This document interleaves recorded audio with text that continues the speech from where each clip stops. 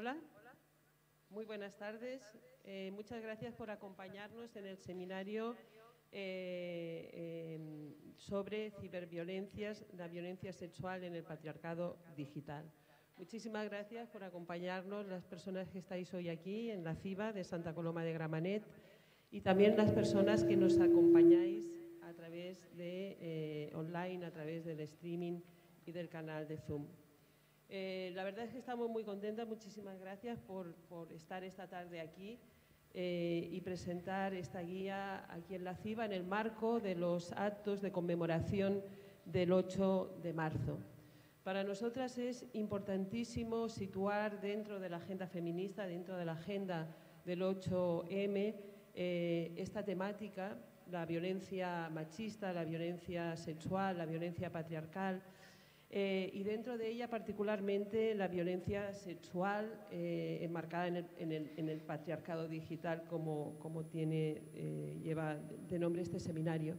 Hace muy pocos días, ayer, amanecimos con la noticia que en una ciudad limítrofe, en Badalona, se estaba juzgando una violación a una niña de 11 años por parte de 5 menores.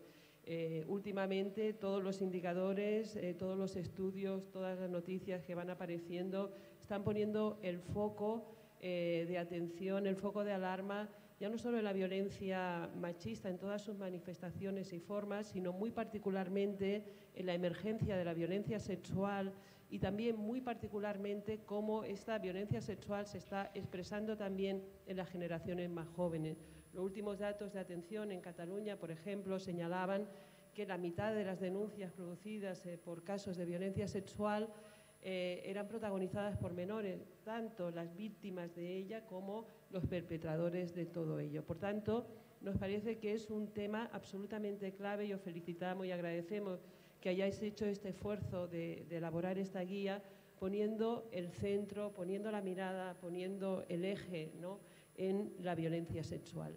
Y tampoco se nos puede escapar que en estos momentos la violencia sexual se expresa en las calles, pero también se expresa a través de las redes sociales, a través de las diferentes plataformas, a través de este patriarcado digital, ¿no?, como decís en el título de vuestra guía y la presentación de hoy, que nos parece absolutamente acertado y que pone el eje, pone la mirada, ¿no?, no a una nueva violencia, pero sí a unos nuevos canales de expresión de esta violencia que impacta en todas las dimensiones de la vida de las personas, ya no solo en el espacio público, sino en el espacio también más íntimo.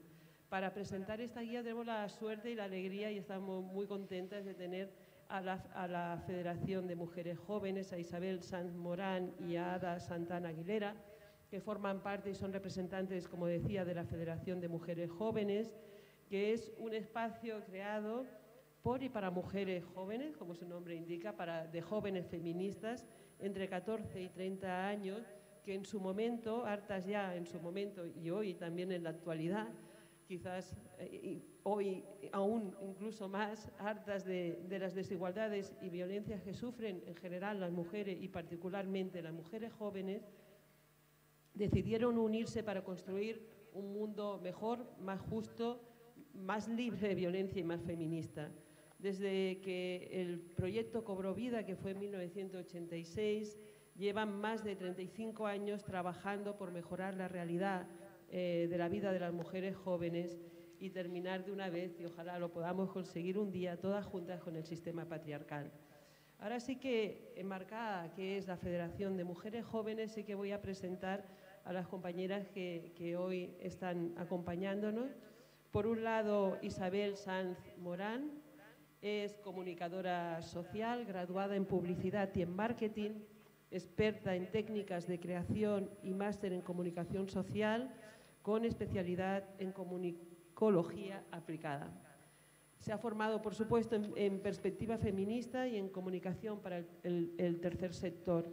Tiene una amplia experiencia en marketing digital y en el área estratégica y con intereses claramente en la investigación también de los fenómenos sociales en los entornos digitales, digamos.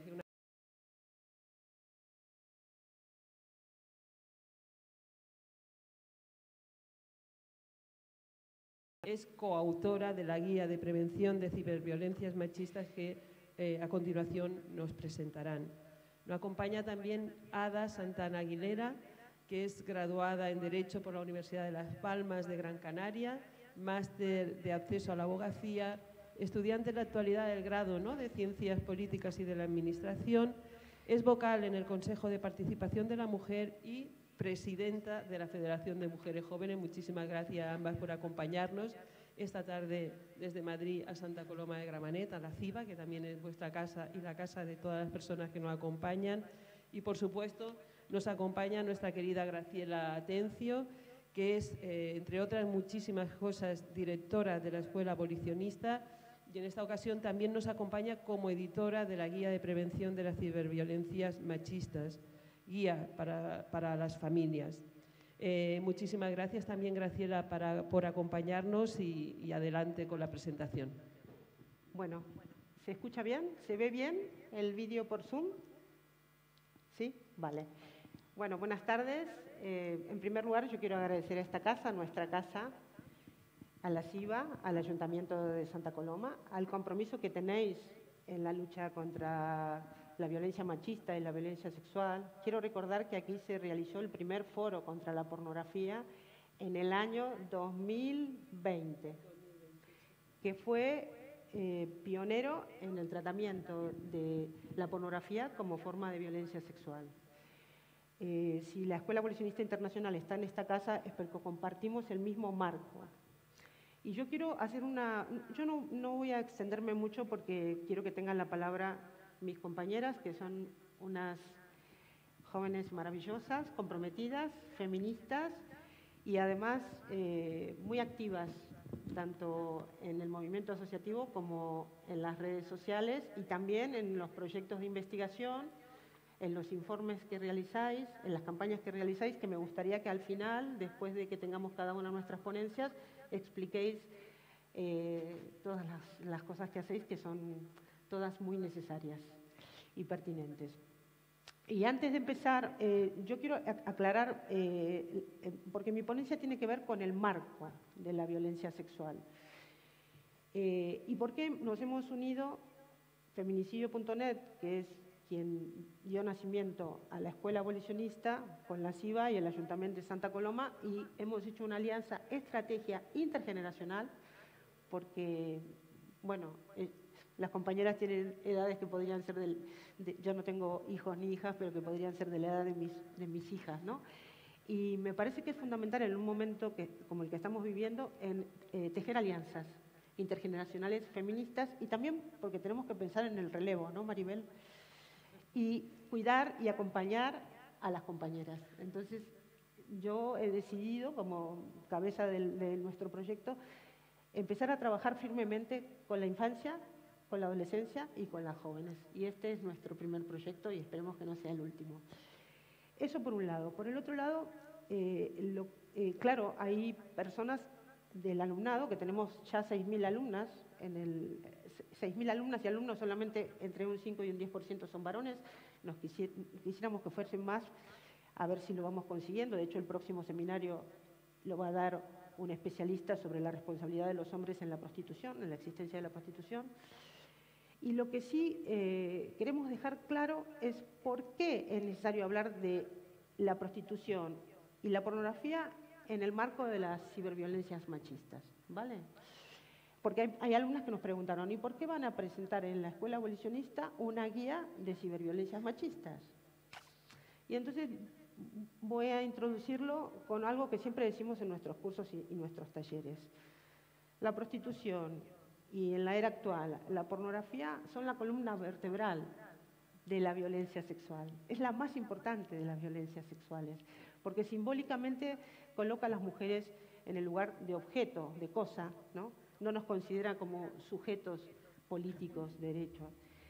Y la pornografía viene a reafirmar esa posición ancestral de la prostitución como institución patriarcal, y viene a reafirmar lo que en nuestra era conocemos como patriarcado digital. Cuando yo decidí ponerle este nombre al seminario, pensé en que todas las malas prácticas y las acciones, la violencia simbólica, la violencia real, todo lo que conocemos en el mundo real se ha trasladado ahora a Internet. Y ese patriarcado ancestral lo tenemos de alguna manera reciclado, resurgido con mucho más fuerza en Internet. Porque como dicen algunas expertas como Luisa Posada, Rosa Cobo, Amelia Valcárcel, Celia Amorós, todas las que han aquí estudiado el patriarcado, o una de nuestras madres que es Kate Millett, si hay algo que tiene el patriarcado es una extrema facilidad para reciclarse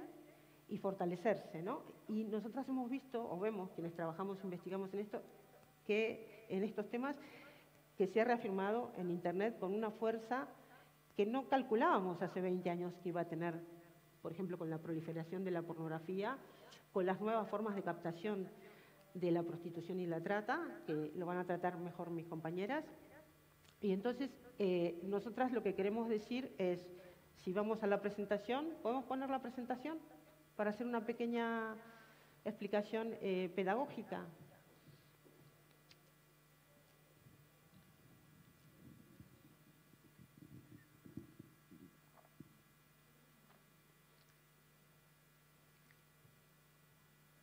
Sí. Bueno, mientras voy a ir explicando. En el marco general de los tipos de violencia sexual, ¿qué? Sí, no importa. En el marco general de la violencia sexual tenemos un apartado de las ciberviolencias. La siguiente imagen, por favor. Quiero mostrar nada más. Este es un marco conceptual que hemos elaborado nosotros en feminicidio.net, que está publicado en un artículo que se llama ¿Qué es la violencia sexual? Lo publicamos por primera vez en el 2021 y en el 2022 hemos actualizado el informe y las cifras de violencia sexual. Fíjense el marco, todos los tipos de violencia sexual que tiene. Es impresionante. Y han aparecido nuevas formas que todavía no las hemos puesto aquí, como las formas de captación de la trata y la prostitución, que las vamos definiendo y conceptualizando sobre la marcha, porque en esa facilidad que tiene el patriarcado de reciclarse van apareciendo todo el tiempo conceptos nuevos y nuevas formas de violencia sexual que sobre todo se manifiestan en el apartado de ciberviolencias sexuales. Lo que vamos a hacer a partir de este marco es desarrollar en profundidad, tanto en formación como en prevención y sensibilización, las formas de ciberviolencias sexuales que contienen esta guía, ¿vale? Que hemos elaborado con la Federación de Mujeres Jóvenes. ¿Qué vais a encontrar en esta guía? Porque yo no voy a detenerme ahora en las definiciones, ¿vale? Aquí les voy a dejar, bueno, un marco en la siguiente, por favor. ¿Qué es la violencia sexual? Digital, ¿no? No difiere mucho de lo que es la violencia sexual en el marco de la vida cotidiana, ¿no? Y es muy interesante que en la definición que pusieron mis compañeras, porque a la guía la elaboraron mis compañeras, hablan del deseo, no solo del consentimiento, ¿no? De que hay una parte que establece o que en el entorno digital intimida, coacciona, discrimina, etcétera, a la otra parte que suele ser en el 97% creo de los casos niñas y mujeres, ¿no? Las víctimas de violencia sexual, sin deseo, sin consentimiento y sin una negociación o un acuerdo mutuo, ¿no? Es importante en la definición que hemos dado de violencia sexual, que lo estábamos comentando antes, la hemos tomado de una reforma de la ley gallega contra la violencia de género. Y la voy a leer textualmente porque no me la sé de memoria. Si queréis, podéis pasar la siguiente imagen, por favor, que es la que vais a encontrar en la guía, ¿no? La siguiente. Todo acto o conducta de violencia de género cometido, instigado o agravado en parte o en su totalidad por el uso de las nuevas tecnologías de la información y la comunicación, como Internet, plataformas de redes sociales, sistemas de mensajería y correo electrónico o servicios de geolocalización con la finalidad de discriminar, humillar, chantajear, acosar o ejercer dominio, control o intromisión sin consentimiento en la privacidad de la víctima, con independencia de que el agresor guarde o no relación conyugal, de pareja o análoga de afectividad en el presente o en el pasado o de parentesco con la víctima. Esta última parte es muy importante porque una gran parte de la violencia sexual en las redes, ¿no?, y en las aplicaciones es con extraños, ¿no? Yo no sé el porcentaje, sería bueno que si tenéis alguna cifra la comentéis, ¿no? Y bueno, y ahora quiero comentar algo que tiene que ver con el caso que acaba de mencionar Maribel, que ha sucedido a pocos kilómetros de aquí, en noviembre pasado, aunque tuvimos trascendencia del mismo hace 2 días. De hecho, me han llamado varios periodistas de artículos que se han escrito estos días sobre el tema, porque en nuestro proyecto, para quien no lo conocía desde antes, fuimos las primeras que empezamos a documentar y que de hecho presentamos en ese foro contra la pornografía las agresiones sexuales múltiples, ¿vale? ¿Y qué descubrimos cuando empezamos a documentar las agresiones sexuales múltiples? 2 cosas que se han manifestado en esta agresión sexual múltiple. Para quienes nos estén escuchando y viendo desde otros países, porque nos siguen de más de 10 países, es un caso de una niña de 11 años que fue agredida sexualmente en el baño de un centro comercial por 5 varones, de los cuales todos eran menores de edad, de los cuales 3 de ellos eran menores de 14 años. Además, hay otro elemento que me parece de gravedad, que es que la niña fue amenazada con un cuchillo, ¿no?, con un arma blanca, y la agresión sexual fue filmada, fue grabada. Y después fue conocida esa grabación porque el hermano de la víctima, de la niña, vio la grabación que se la estaban pasando los alumnos de la escuela donde estudia la niña. Fíjense cómo aquí aparecen los elementos del patriarcado digital, ¿no?, de cómo se reproduce la dominación masculina, la humillación hacia las mujeres, la misoginia y el machismo extremo, ¿no?, la fratría masculina, 5 varones que siendo menores de edad reafirman su virilidad, ¿no?, y en ese pacto, ¿no?, agreden de esa forma bárbara a una niña, ¿no? Aparece el patriarcado digital, aparece el elemento de la ciberviolencia, de cómo se pornifica la violación y cómo se revictimiza y se vuelve a humillar a la víctima compartiendo ese vídeo, ¿no? Cómo, digamos que lo digital, los aparatos electrónicos se han convertido como en una extensión de ese dominio patriarcal. Eso es lo que tenemos que ver, por eso hablamos de patriarcado digital, ¿no? Y a mí lo que más me preocupa de esta cuestión es que si vivimos en una sociedad contemporánea en la que no reconocemos la pornografía como forma de violencia sexual, estamos cometiendo un grave error a la hora de prevenir y sensibilizar sobre violencia sexual. Mientras los estados y el Estado español no reconozca los riesgos de la pornografía y la prostitución como formas de violencia, haremos un trabajo incompleto y las cifras de violencia sexual no van a bajar, porque el porno es una de las causas del aumento de la violencia sexual. Eso es lo que queremos dejar claro editorialmente, tanto en la guía como en este seminario. Y además, quiero decir una cosa, ya sé que me he extendido un poco en el tiempo, que me preocupa. Mientras Francia ha tomado medidas para que los menores y las menores no tengan acceso a la pornografía, ha sido una promesa electoral de este gobierno que no ha cumplido, porque va a terminar su mandato y no habremos tenido medidas para limitar la pornografía para menores de edad. La escuela abolicionista, además, es abolicionista la pornografía y no diferenciamos la pornografía de la prostitución, porque la pornografía es la prostitución no solo filmada, sino la que de alguna manera o de varias maneras lo que hace es incitar a los adolescentes al consumo de sexo y a las niñas a ser cosificadas y a entrar en el mundo de la prostitución filmada y de la pornografía. Entonces, a mí sí me gustaría dejar clara esa oposición con respecto a la guía y el compromiso que tenemos las generaciones más mayores, con las jóvenes, de acompañarlas en este proceso, en el momento difícil que estamos viviendo con respecto al aumento de la violencia sexual, ¿no? Y ya sabemos que hay una campaña que acaba de estrenar el Ministerio de Igualdad. Este 8M hablamos de...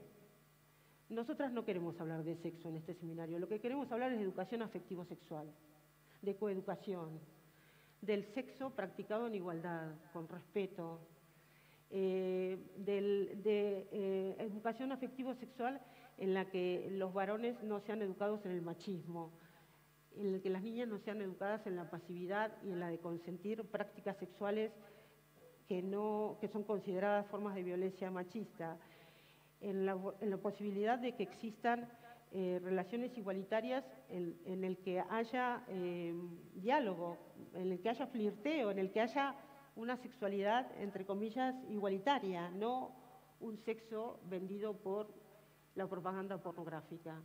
Sé que algunas nos catalogan de moralistas, de mojigatas, ¿verdad que sí? O de estar fuera de la realidad por pretender limitar la pornografía, pero creo que ese es el camino que están tomando los países más igualitarios en los que se plantea la prevención y la sensibilización de raíz. Así que yo le voy a dar la palabra a Isabel, que es una de las autoras de la guía, y le voy a hacer la introducción. Ella va a hablar y se va a expresar definiendo cada una de las ciberviolencias que van a aparecer en la guía, que vamos a publicar la guía en 10 días más o menos, y os vamos a enviar por correo electrónico el aviso de la publicación, porque va a ser de distribución libre, la van a poder descargar, y también no está dedicada solo a las familias, sino también al profesorado. Muchas gracias, compañeras. Vale, muchas gracias. No sé si podemos poner la presentación antes de comenzar. Buenas tardes a todas y a todos.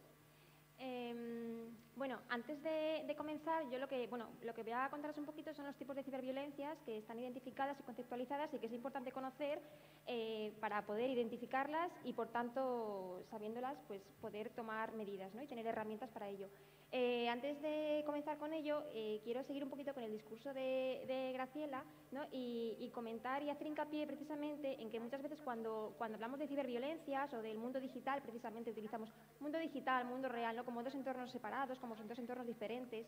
Entonces, sí que quiero hacer hincapié en que la violencia que existe en el mundo real y que entendemos y que vemos, ¿no? Y que vivimos, se reproduce en los entornos digitales y que al final no deja de ser un espejo de lo que nos ocurre en la vida real, ¿no? Entonces, muchas veces, lo vamos a ver ahora, se utilizan palabras, entre comillas, tecnológicas, palabras que de primeras igual nos pueden sonar raras, quizá no entendemos bien, pero es importante conocerlas precisamente pues, para poder identificarlas y para poder llamar las cosas por su nombre, sin dejar de saber que la violencia es violencia, sea en el mundo real o sea en el entorno digital, ¿no? Entonces, bueno, si podéis pasar la siguiente diapositiva, vamos a ir viendo las distintas ciberviolencias que hemos identificado y con ello vamos a ver un poco como la naturaleza del entorno digital que hace que favorezca o que se fomenten este tipo de ciberviolencias que, como digo, son las mismas al final que ocurren en el mundo real, así llamando, ¿no? Entonces, empezando por el ciberacoso y ciberbullying, es un claro ejemplo de ello, ¿no? Se viven en las aulas, con la llegada de Internet se ha reproducido en el mundo digital. Entonces, bueno, ¿qué se entiende por ciberbullying? Acoso entre menores, en este caso, como sucede en los entornos digitales, pues a través del envío de imágenes, de vídeos, que tienen el objetivo de insultar, humillar a compañeros, ¿no? O a otras personas.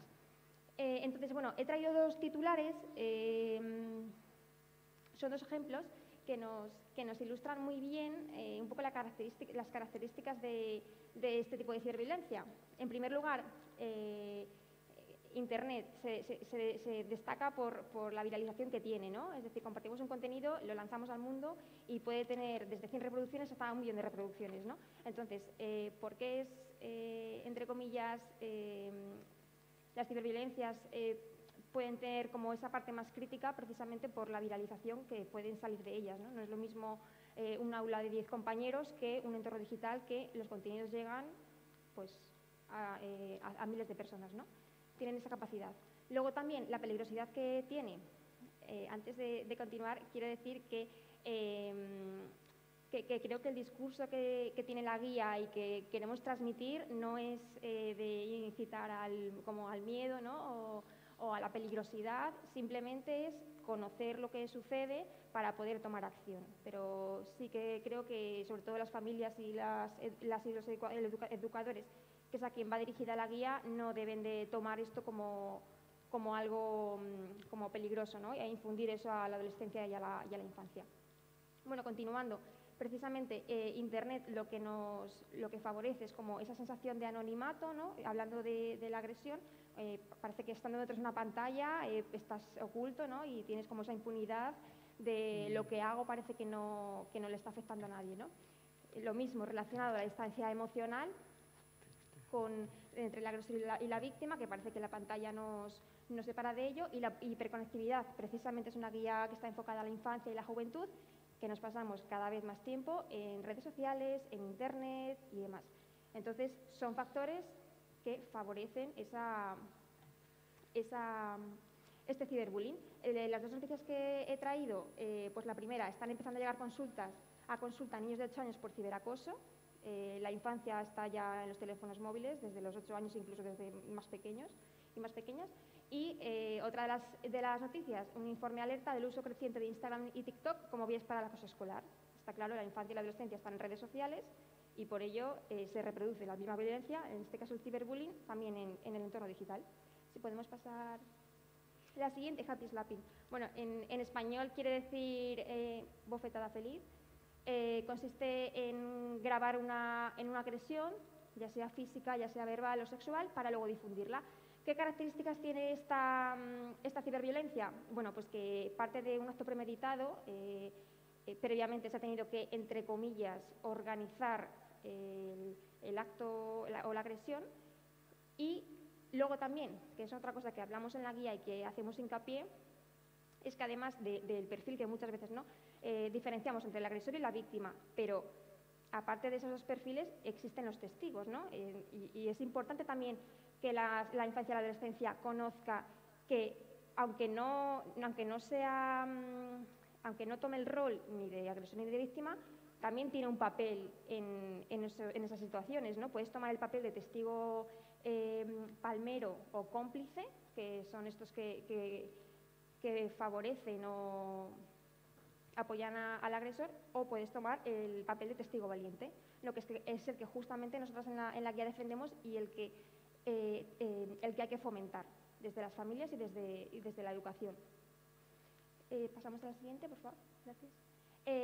La siguiente, ciberviolencia en pareja. Pues un poco lo que comentábamos al principio, ¿no? En la vida real se reproduce en los entornos digitales. Quien ejerce violencia en lo offline, en la vida real, lo ejerce en el entorno online y viceversa. No hay una diferencia en ello. Creo que conocemos ya más que de sobra la violencia en las parejas.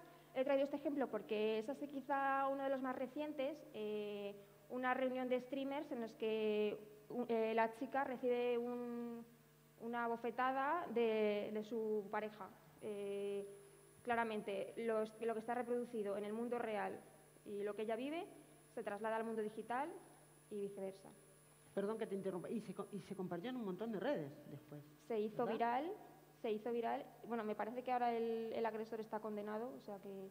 Un año de condena le dieron. Sí, pero cumple... Bueno, claro, se hizo viral con todo lo que ello supone, ¿no? Entonces, claro. Bueno.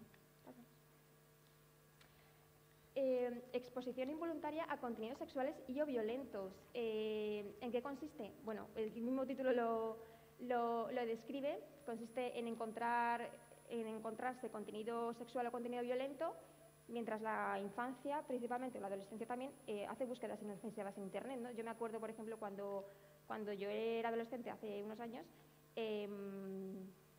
haciendo búsqueda inofensiva hace ya unos años que todavía no existían las plataformas de cine y de series y tal, ¿no? Pues era frecuente pues buscar algún capitulillo, poner alguna web así rara o tal, ¿no? Y yo ya recuerdo que ahí me encontraba pops de pues estos Porno, ejemplos, ¿no? pues pornográficos, de prostitución. Aquí he traído algunos ejemplos que ayer haciendo la presentación dije, a ver si sigue sucediendo. Sí, efectivamente, o sea, esto sigue siendo así y esto lo pongo en los aspectos a destacar, ¿no? Incluso cuando te descargas aplicaciones también te pueden aparecer. Sí, en tiempos de espera o mismamente en la propia descarga, mientras que esperas al tiempo que se te descargue, te aparece ahí uno de estos. ¿Qué característico de esto también? Bueno, pues que si estamos hablando de que la infancia cada vez accede antes a Internet, pues es que niñas y niños de 5, 6, 7 años se están encontrando con esto, ¿no? Entonces, ¿qué supone? Bueno, pues que la infancia se ve expuesta a contenido completamente, aparte de inapropiado, ya de por sí, inapropiado para su edad, además. Esto, pues, ¿qué supone? Dañar su inocencia y su indemnidad sexual y también algo que comentar, que muchas veces se comienza a acceder a la pornografía a través de este tipo de contenidos, que quizá llaman la atención o no, o sea, te están diciendo ver fotos, tal. Entonces, bueno, pues supone como un acceso inicial a consumir pornografía, principalmente. ¿Pasamos, por fin? Siguiente, grooming. Quizá esta, igual por nombre no suena mucho, pero sí que yo creo que es de la que más se ha sensibilizado. Se han hecho varias campañas en diferentes países y consiste en acoso y abuso sexual por parte de adultos a la infancia a través de Internet. Tiene una serie de pasos o de maneras de identificarlo que, bueno,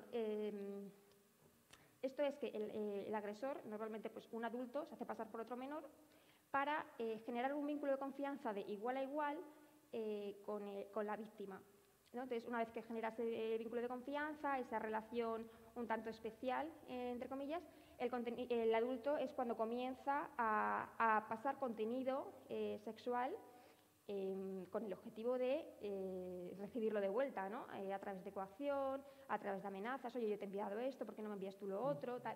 Entonces, bueno, aparte de contenido de carácter sexual, también estamos hablando de, por ejemplo, pedir los números de tarjetas bancarias, de los padres y demás, o sea, no solo en el ámbito de carácter sexual, sino, bueno, pues es coacción y manipulación de la infancia y de la adolescencia. Perdón que normalmente son todos pederastas. Sí, claro. Pederastas. Totalmente. Cazando en Internet. Infancia, sí, totalmente. Se hacen pasar por niñas o por niños de su edad para generar como ese vínculo más especial, ¿no? Vulnerable, una edad muy vulnerable y bueno, pues es lo que contamos. Vale, bueno, pornografía. Ya han hablado mis compañeras de ello. La violencia, o sea, la pornografía entendida como violencia erotizada contra las mujeres. Bueno, supone, como ya sabemos, un modelo de sexualidad, entre comillas, patriarcal, que cumple completamente con el sistema de dominación y con el deseo únicamente masculino, ¿no? Como dicen teóricas feministas, supone una escuela de desigualdad y un grave problema de antieducación sexual, ¿no? Basado en la deshumanización de las mujeres, por supuesto, y en el poder jerárquico del hombre sobre la mujer.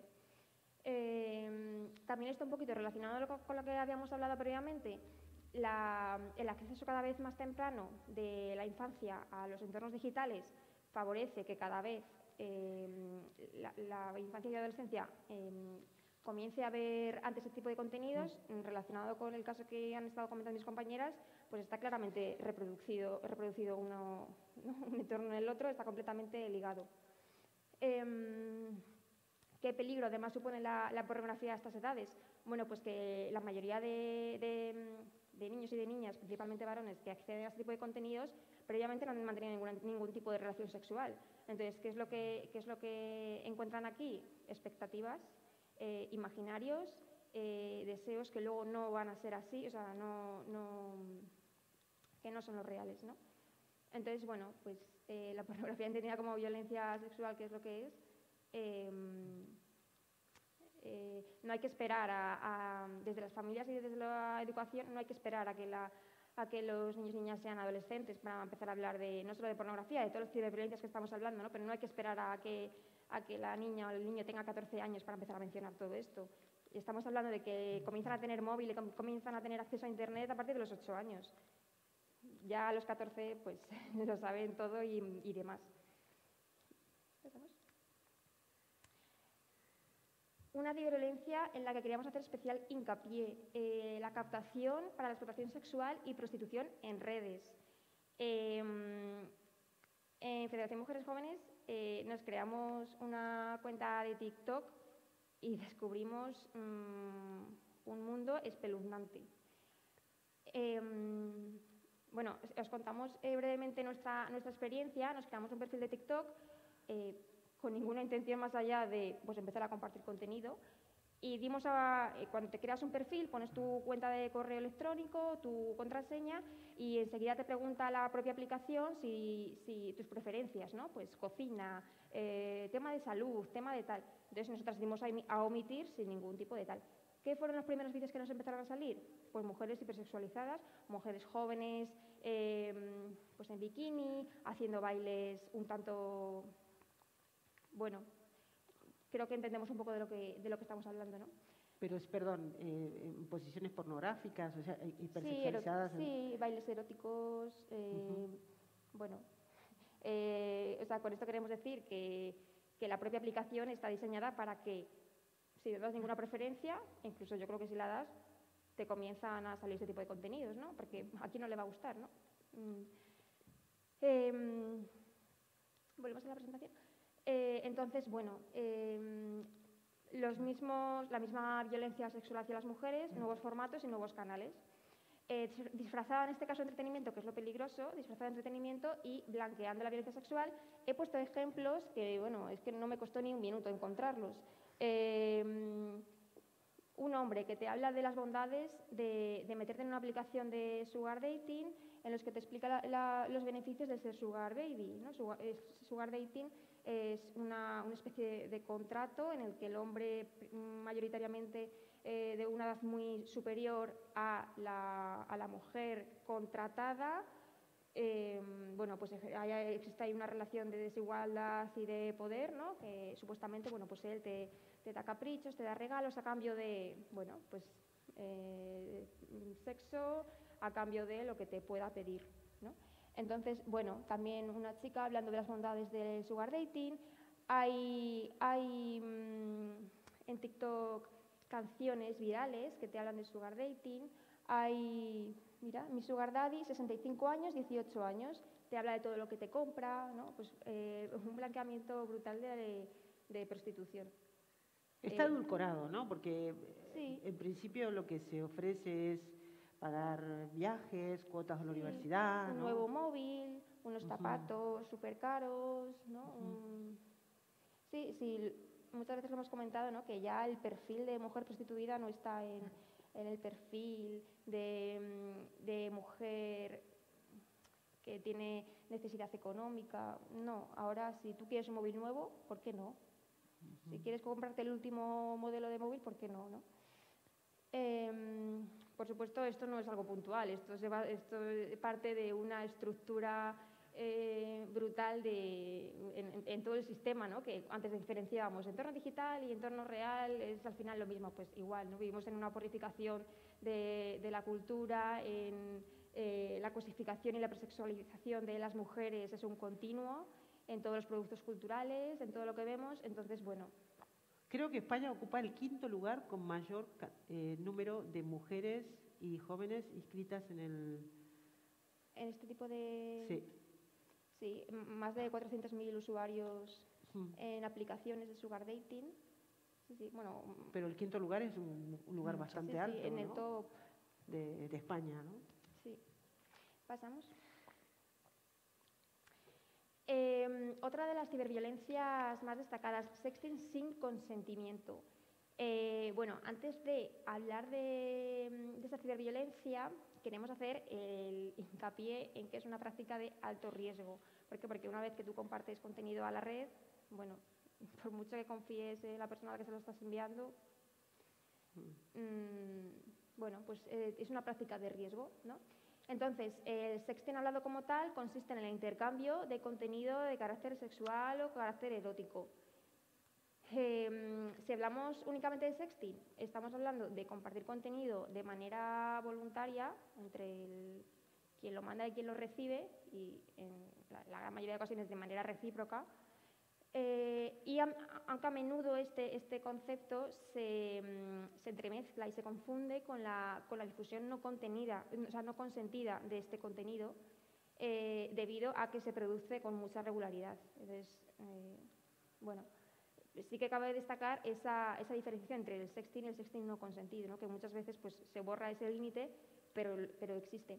Entonces, lo que a nosotras especialmente nos preocupa es que en estos casos se hace un especial hincapié o se hace un discurso un tanto criminalizador hacia ellas, como ¿por qué has enviado esto? Es que ¿cómo envías esto? Entonces, quizá, o sea, lo hemos mencionado en alguna ocasión, no es algo que nosotros consideramos que haya que fomentar, pero sí que lo que no consideramos es que haya que poner el enfoque en la persona que envía el contenido, sino en la persona que difunde el contenido sin previo consentimiento, sin permiso y demás.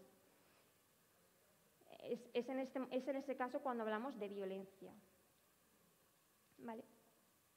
Que se suele culpar a las niñas, ¿no? Cuando sucede eso, ¿no? Claro, el discurso culpabilizador, ¿no? En lugar de al que claro, comparte al que difunde, ¿no? O sea, entonces, difunde un poco la guía va siempre todo el rato en esta línea, ¿no? De no poner el enfoque, que muchas veces estamos acostumbradas, ¿no? A poner el enfoque en quien recibe la agresión y más bien, bueno, más bien no, hay que poner el enfoque en educar desde la infancia y la adolescencia a qué puedes hacer, a qué no puedes hacer, a cuáles son los límites de la otra persona, a respetar y demás, más que a protégete, ten mucho cuidado, no compartas esto, ¿no? Pues también a la otra parte, que muchas veces se nos olvida.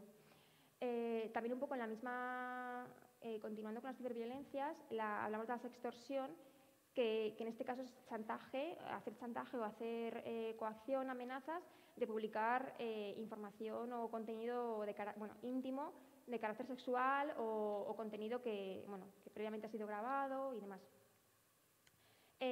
Bueno, aquí os hemos traído algunos ejemplos de que ahora es un término que se está utilizando bastante, que se está dando un poco a conocer, precisamente porque pues, está sucediendo con mayor frecuencia. Aspectos a destacar, bueno, pues que puede prolongarse, es una ciberviolencia que se puede prolongar en el tiempo, porque al final es una ciberviolencia que parte de una amenaza clara, ¿no? Entonces, pues, puede continuar y continuar y continuar. El agresor lo que busca es o que se envíe más contenido de carácter sexual o un poco lo que hablábamos antes del grooming, ¿no? o dinero o más contenido de carácter sexual. Y también destaca, aunque un poco en todas las ciberviolencias que estamos mencionando, pero en especial en esta, que la víctima siente vergüenza por lo que está sufriendo, especialmente. Entonces, por eso es importante no criminalizar nunca a la persona que sufre la violencia. El sharenting es una práctica que vemos habitualmente día a día en redes sociales, que consiste en la exposición que hacen los padres y madres de menores, con frecuencia de sus hijos y sus hijas, ¿no? Aquí he puesto algunos ejemplos de challenge que se han hecho virales, pues por ejemplo tirarle una nochada de queso a tu hijo a la cara, tirarle una botella tirarle agua a ver cómo reacciona un bebé de 2 años.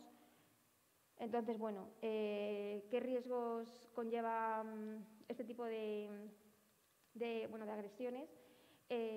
Lo primero, su seguridad, la seguridad del menor.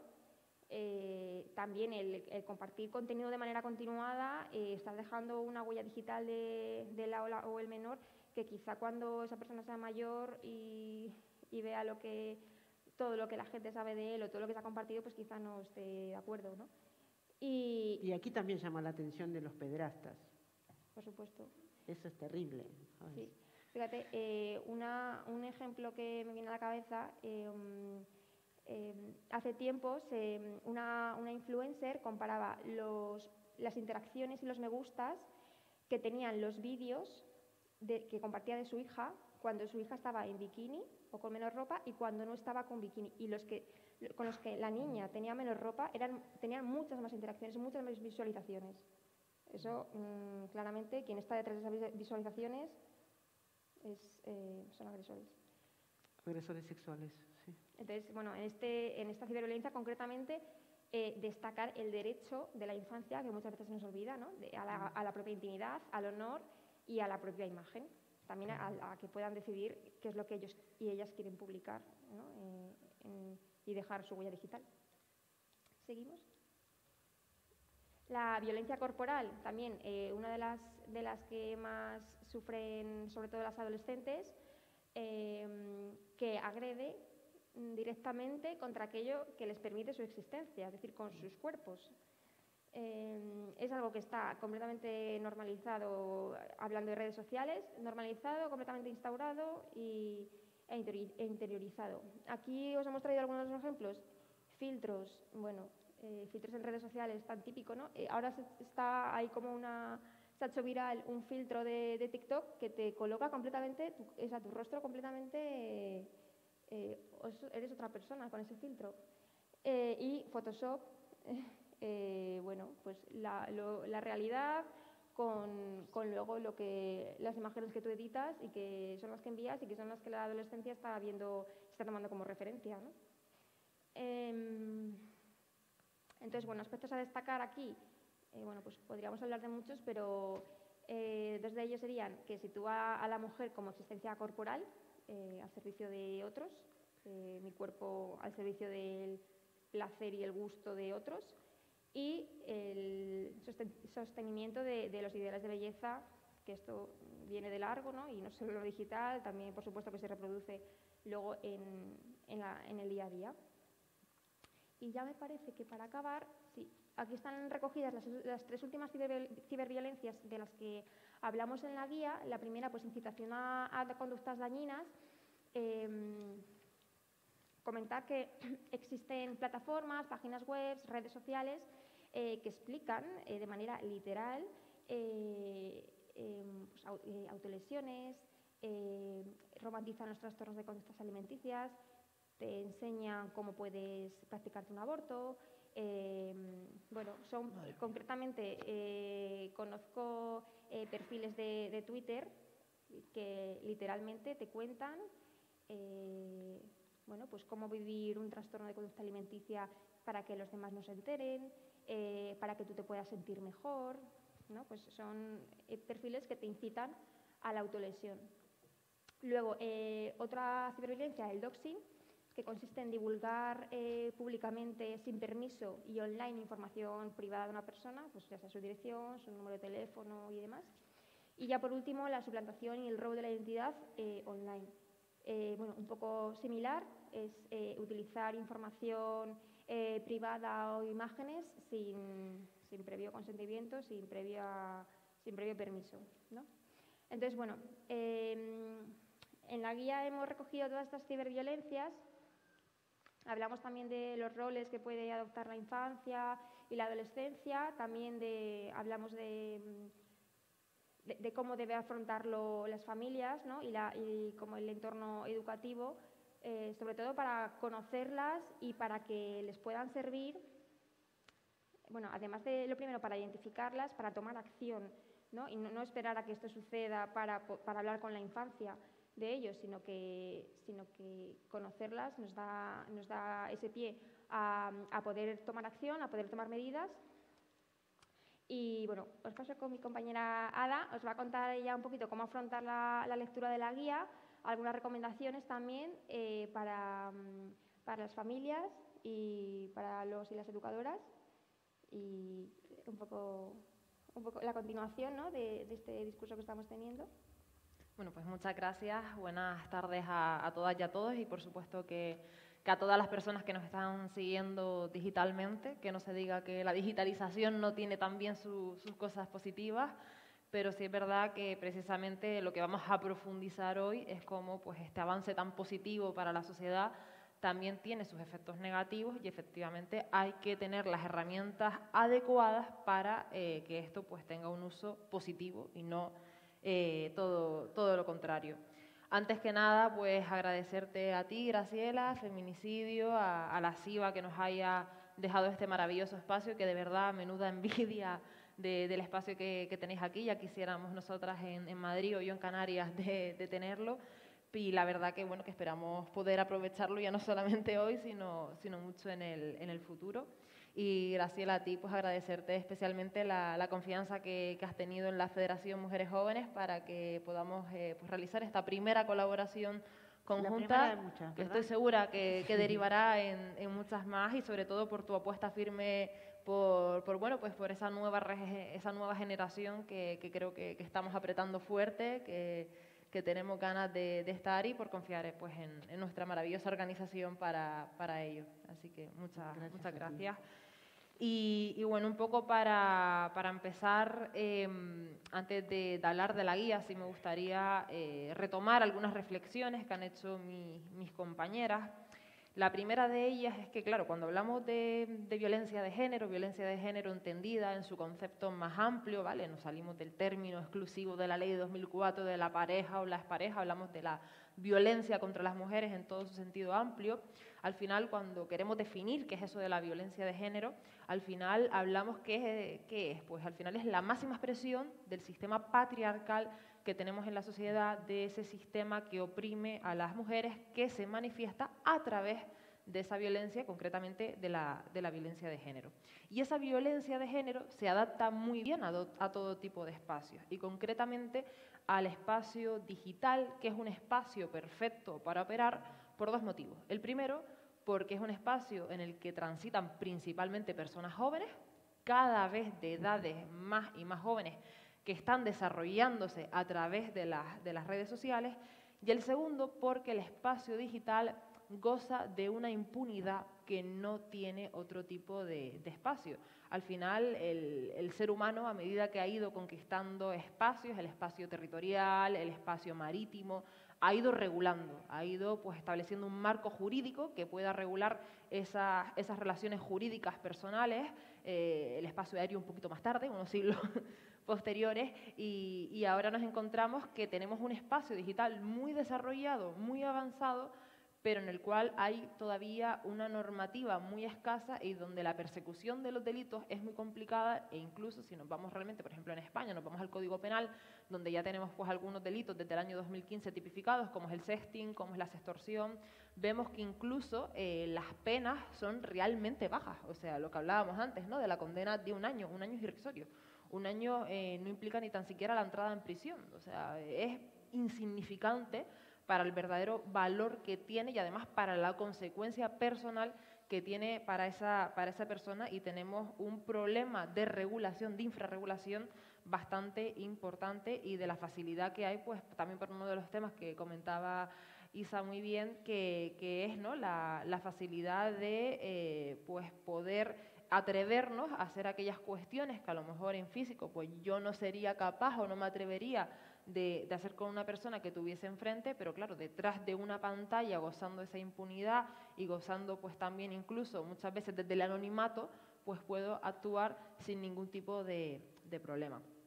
A todo esto también tener en cuenta que las ciberviolencias, como han explicado mis compañeras, no es nada novedoso, o sea, es exactamente las mismas violencias, pero llevadas al espacio digital, y hay algunos datos que son importantes de tener en cuenta. El primero, que hablamos de una generación joven que pues uno de sus agentes de sociabilización ha sido el propio espacio digital, han sido las propias redes sociales.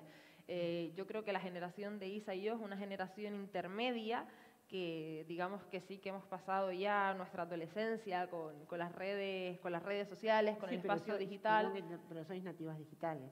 Claro, somos nativas digitales, pero realmente, claro, nosotras nos comparamos a lo mejor con, yo siempre pongo el ejemplo, ¿no? Mi prima pequeña aprendió a escribir en el ordenador. Eso yo no lo tuve, porque claro, ella, por ejemplo, con 2 años le preguntaba a mi tía que bueno, que le enseñara a buscar, a lo mejor quería buscar un vídeo en YouTube para buscar una serie, un vídeo, una película, y le preguntaba a mi tía cómo se escribía. Y entonces mi prima aprendió a escribir en el ordenador.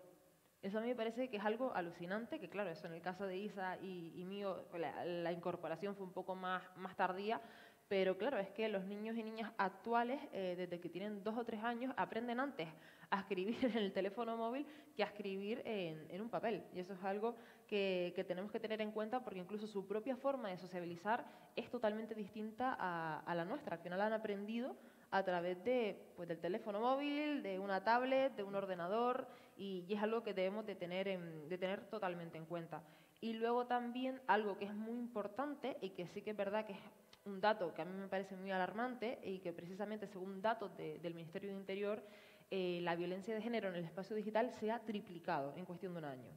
O sea, que es decir, que estamos hablando de algo que desgraciadamente va en progreso y que tenemos efectivamente metido en un cajón de olvido y que realmente no vemos que esté en la agenda política. O sea, realmente no hay una preocupación de regular o de activar políticas públicas, algo de lo que nadie habla. Y nadie habla también porque al final afecta principalmente a las generaciones pues más recientes, a las generaciones más jóvenes, que pues rara vez tienen realmente un poder de interlocución pública y realmente se les tiene en cuenta. Lo primero también que se debe de tener en cuenta al final es que cada vez esa incorporación es más temprana y todo pues tiene que ver al final con una cosa llamada teléfono móvil, a la cual ya no jóvenes, sino niños y niñas tienen acceso a partir de los 9, 10, 11 e incluso muchas veces desde los 7, 8 años, sin ningún tipo de educación previa, porque además uno de los problemas, yo creo que el problema que hay de origen es que lo enfocamos mal, es decir, las tecnologías evidentemente tú no puedes prohibir a un niño o una niña o pretender evadirlo, ¿no? Muchas veces desde las escuelas incluso se enfoca mal el problema, ¿no? Tú resulta que tienes un teléfono móvil durante toda tu jornada, pero de 9 a 2 en lo que estás en el colegio se te prohíbe utilizar el teléfono móvil como si fuera algo, ¿no? Algo, vamos, demoníaco, horrible, malo, en vez de enseñar a ese niño o a esa niña a utilizarlo como una herramienta útil para su vida, porque lo es. Y incluso la formación, yo, un ejemplo que ayer pensaba, pues, recordando en primero de la ESO, algo que yo odiaba mucho, teníamos una asignatura que ahora valoro muy positivamente, teníamos una asignatura que era léxico, que está muy bien para aprender el significado de las palabras y la maravillosa diversidad que tenemos en nuestro hermoso y maravilloso castellano. Y claro, nosotros nos obligaban, no nos dejaban utilizar el internet y nos obligaban a buscar en el diccionario pues el significado de cada palabra. Y yo ayer le daba una vuelta y decía, pues qué inutilidad realmente, o sea, quiero decir, porque yo ahora mismo, ¿cuántos de nosotros o nosotras cuando, por ejemplo, estamos haciendo un trabajo o estamos haciendo un escrito, y a lo mejor lo típico, ¿no? De, oye, ya he escrito esta palabra muchas veces, voy a buscar un sinónimo, voy a buscar, vamos a Google, no vamos a un diccionario. De hecho, ¿quién tiene en su casa ya un diccionario de sinónimos o antónimos? O sea, ¿eso existe? ¿Quién tiene algo de eso en su casa? ¿O quién va a un diccionario a buscar el significado de una palabra? Lo normal es que vayas a Internet. O quién, por ejemplo, yo que soy graduada en Derecho, no voy a ir a una biblioteca a buscar jurisprudencia. O sea, antes me mato. O sea, antes renuncio a ir a una biblioteca a buscar ese tipo de archivos teniendo pues Internet accesible. Y el problema es que, claro, estamos enseñando a las nuevas generaciones como enseñábamos pues a las generaciones de un siglo pasado, como si el Internet no funcionase, pero luego tienen absoluta libertad para utilizar ese teléfono móvil, porque al final es esa madre o es ese padre quien pone a su hijo o a su hija el móvil en sus manos, que con mucho optimismo cree que puede controlar el teléfono móvil de su hijo o su hija. Y yo siempre pongo también el mismo ejemplo, si es su hijo o es su hija quien le ha configurado el teléfono móvil, quien le ha descargado el WhatsApp, quien le ha enseñado cómo se puede hacer una búsqueda X en Google, cómo esa madre o ese padre pretende controlarle el teléfono móvil a su hijo o a su hija, y todavía además de forma muy optimista, que oye, yo lo entiendo, es una cuestión de salud mental, también a veces hay que hacer ese ejercicio, pero si tu hijo es quien te está enseñando cómo configurar tu teléfono móvil, pues a lo mejor deberías de reflexionar que tú difícilmente le vas a controlar a él o a ella qué uso está haciendo de ese teléfono móvil. Y ese es uno de los problemas claves que tenemos. Y luego de los peligros en los que deriva ese uso del teléfono móvil, que tiene que ver sobre todo con tres cuestiones.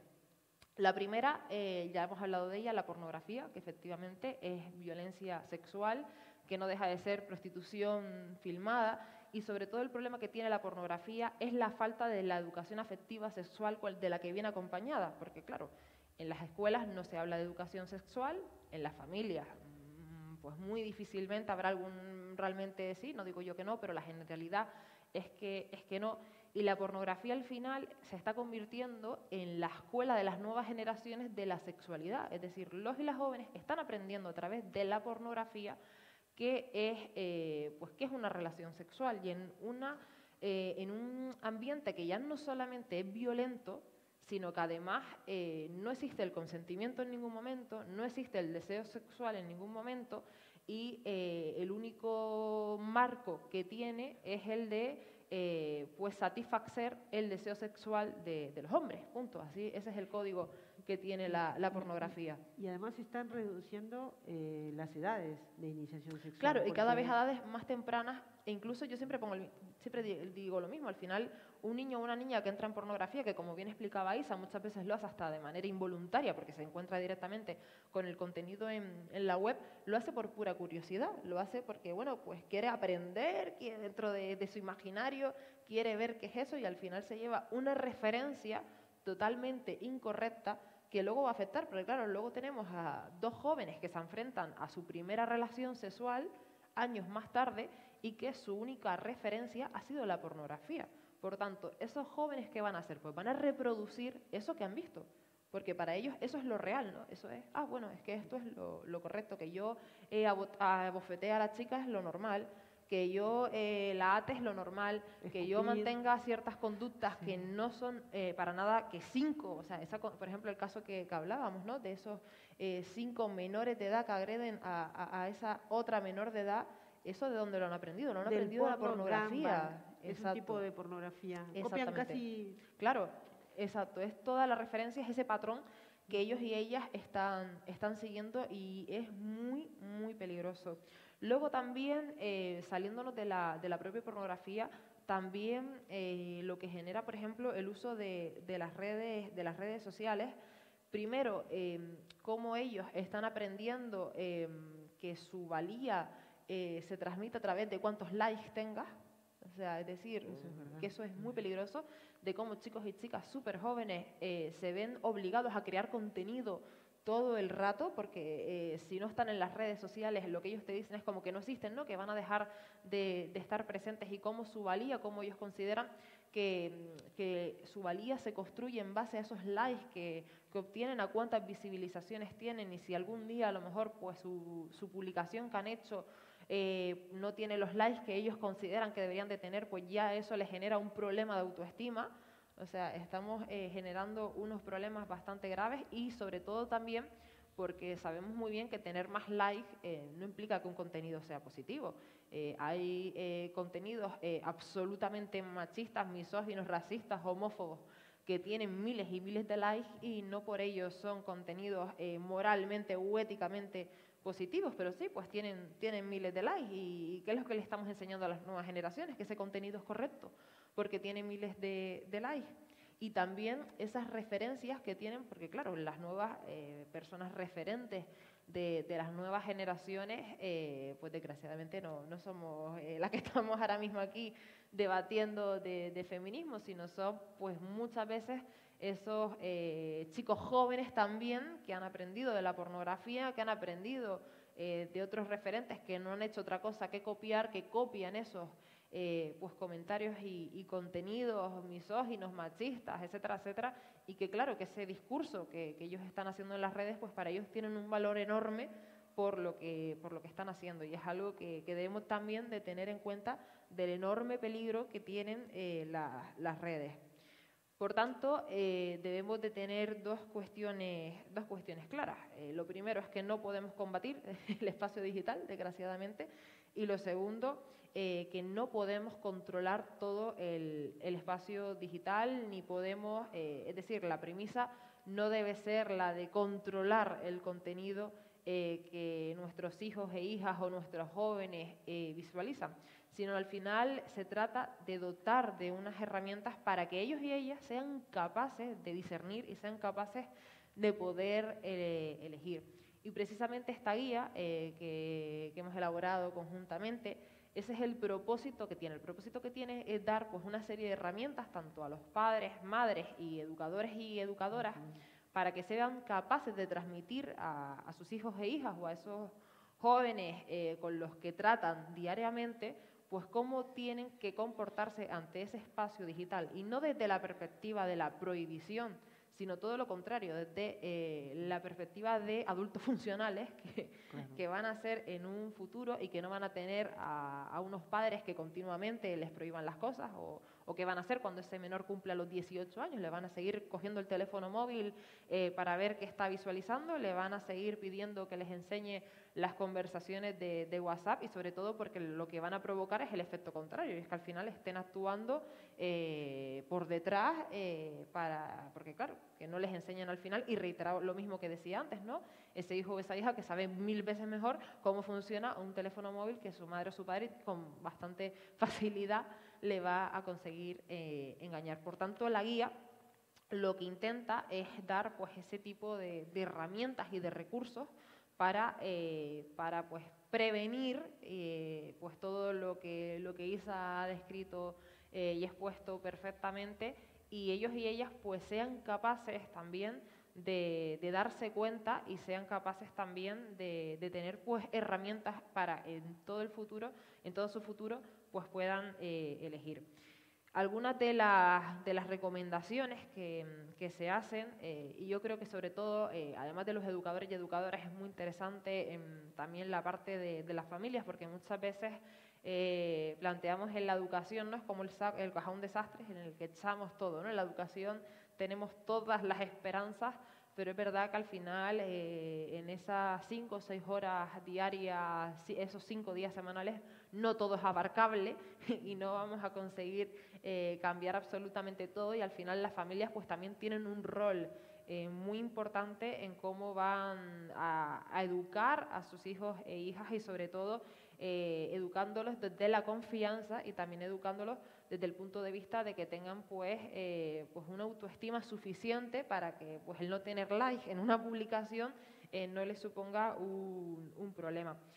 Algunas de las cuestiones que son claves son, por ejemplo, pues explicar y hablar con ellos de la necesidad del consentimiento. El consentimiento, por ejemplo, de que tú no puedes grabar a una persona sin tener su consentimiento, o que si obtienes el consentimiento para grabar a una persona, eso no implica que tengas consentimiento para luego distribuir ese contenido, ni que tengas consentimiento para subirlo a las redes sociales, que tendrás que ir pues digamos, pues mantener un diálogo con esa persona. Oye, ¿te parece bien? Nos hemos sacado esta foto, genial, entre amigos. Oye, ¿te parece bien que suba esta foto a Instagram? ¿Sí o no?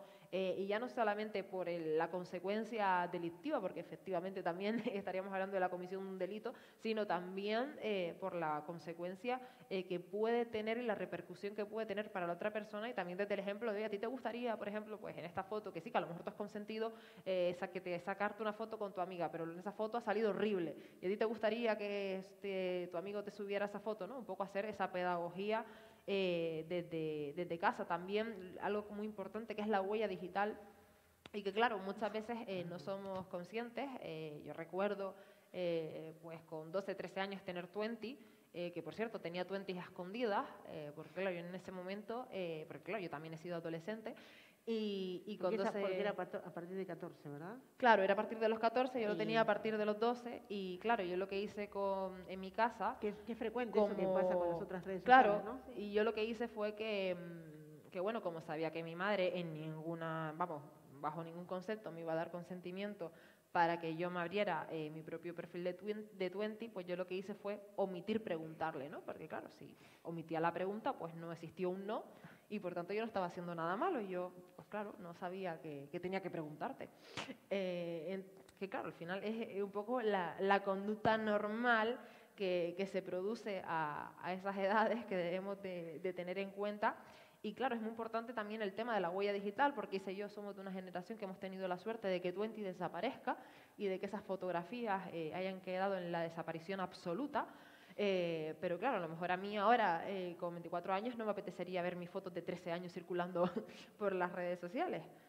Pues sí. Y también es importante que tomen conciencia de que, claro, de que una vez tú subes una fotografía a las redes sociales son gratuitas porque tienen otro tipo de finalidad. No es que la persona que las tenga sea un alma caritativa que te va a dejar un espacio para que tú subas fotografías, sino al final esa persona pues también está obteniendo un beneficio, que es una serie de datos que luego va a utilizar.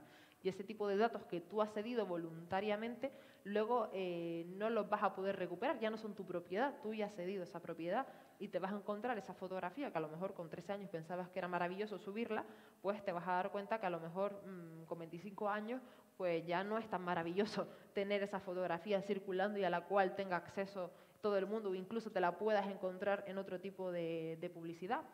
Luego también la importancia de que los likes pues no te definen como persona, no eres una mejor persona por tener más likes, y también la importancia de que al final pues las redes sociales tienen una repercusión limitada, que muchas veces nos creemos, ¿no?, dentro de nuestra burbuja, que todo lo que ocurre en redes sociales tiene una repercusión inmensa, y la realidad es que no, que tiene una repercusión bastante limitada, y además que todo es falso, porque al final los likes, por ejemplo, se pueden comprar. Entonces, desde el momento en el que tú puedes comprar los likes, pues al final no es algo real, sino es algo ficticio. Y luego, sobre todo, también todo lo que tiene que ver con la confianza de confiar de forma bilateral, ¿no? Confiar en tu hijo o en tu hija, y también que tu hijo o tu hija sepa que puede confiar en ti cuando tenga un problema, ¿no? Cuando algo, pues por ejemplo, se encuentre con una situación de violencia, en la cual, pues por supuesto también, pues todo ese aprendizaje de lo que hablamos, ¿no?, del testigo palmero que se suma a esas agresiones, o el testigo valiente que las denuncia, ¿no? Pues también que sea capaz de contar... Lo que se ve normalmente, porque nos dicen los psicólogos y las psicólogas clínicas, bueno, nosotras en feminicidio.net y en la escuela tenemos en nuestro grupo un grupo de psicólogas. Mi hermana es psicóloga clínica y también es un apoyo importante para este tipo de temas, es que los padres son negacionistas de que sus hijos y sus hijas ven porno. Dicen, mi hijo y mi hija no ve porno, cuando son todos o todas los que ven porno, ¿no?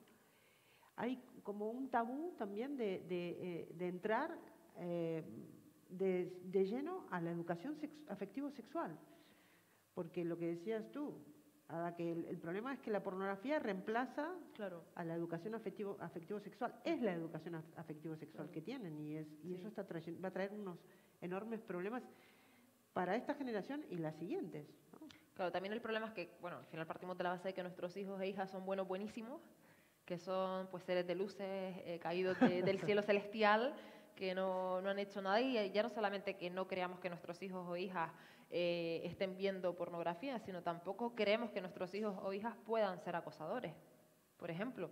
También negamos ese hecho, y claro, tú no sabes si tienes a tu hijo o tu hija que puede ser acosado o puede ser también un acosador, porque desgraciadamente es algo que muchas veces se escapa de la propia educación de la familia, y tiene que ver incluso hasta también con el mero testigo palmero, que bueno, que por esa falta de valentía, ese miedo de que ese acoso se pueda protagonizar hacia él, pues decide, no, yo me voy a quedar aquí, me voy a sumar a esto, no vaya a ser que tengamos repercusiones. Y es una conducta humana bastante frecuente, que si la trasladamos ya no solamente a generaciones jóvenes en la escuela, sino nos vamos, por ejemplo, a conductas que se producen en una relación laboral, en el trabajo, pues nos damos cuenta que no hay tantas diferencias entre una generación u otra, porque es una conducta que desgraciadamente es típica de cualquier persona. Y bueno, un poco eso es lo que hemos querido abarcar. Propuestas hay muchas que vienen en la guía, pero esto yo creo que es lo más importante de focalizar, sobre todo eso, ¿no? Que la guía, reiterar que sea una herramienta útil para que tanto educadores como padres puedan utilizar con los y las jóvenes, y que les enseñen pues que las nuevas tecnologías tienen unos efectos muy positivos, que son unas herramientas además diría yo que necesarias, ya no útiles, necesarias en nuestro día de hoy, pero que desde un buen uso, desde una prevención y también desde que ellos y ellas tengan unas herramientas para que el día de mañana pues puedan enfrentarse a todos ese tipo de peligros que desgraciadamente, por mucho que queramos tenerlos en una burbuja, pues no vamos a poder controlar los peligros con los que nos vamos a encontrar en las redes. Así que sin más les doy paso a Maribel y a Graciela para que puedan continuar. A ver, me gustaría si se pudiera habilitar el chat de Zoom, por favor, porque tenemos ahora una media horita para preguntas y yo me voy a poner en abogada del diablo, ¿vale? Como soy de otra generación, tengo algunos comentarios que hacer de la exposición. Bueno, lo hemos hablado antes, estamos de acuerdo, pero sí hay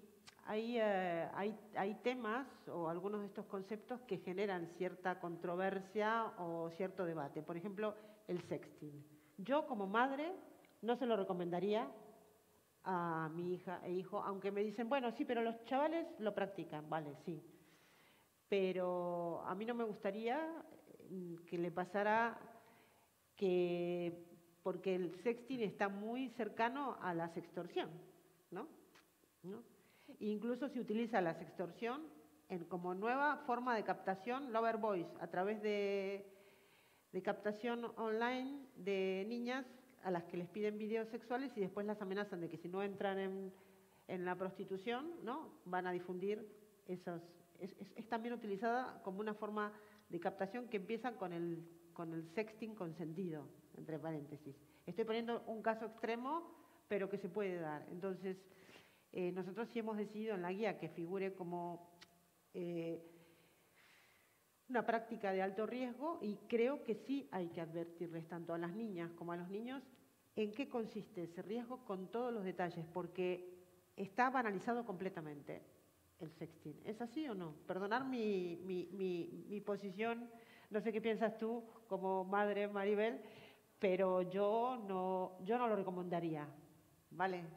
Claro que ellas me dicen, bueno, pero no lo recomiendas, pero lo hacen y lo practican. Es como ponerle, ¿cómo se llama esto? Puertas al Prado, ¿no? Sí, sí. ¿Tú qué piensas, Maribel, del sexting? Bueno, yo lo que pienso es que lo que estabais señalando, ¿no?, antes, al inicio del seminario, no se puede entender el sexting fuera del contexto. O sea, el problema no necesariamente del sexting, el problema es el sexting en una sociedad patriarcal donde hay una hipersexualización interesada y donde hay unos riesgos muy elevados de que esa práctica, que puede ser entre iguales o puede ser de juego, de reconocimiento, se convierta en un elemento boomerang hacia ella fundamentalmente, o porque al final también están atravesadas por relaciones de poder y por tanto que se convierta en un boomerang para ellas o para aquel chico o aquella persona que está en una situación de mayor, ¿no?, en una relación de poder, en una situación de mayor vulnerabilidad.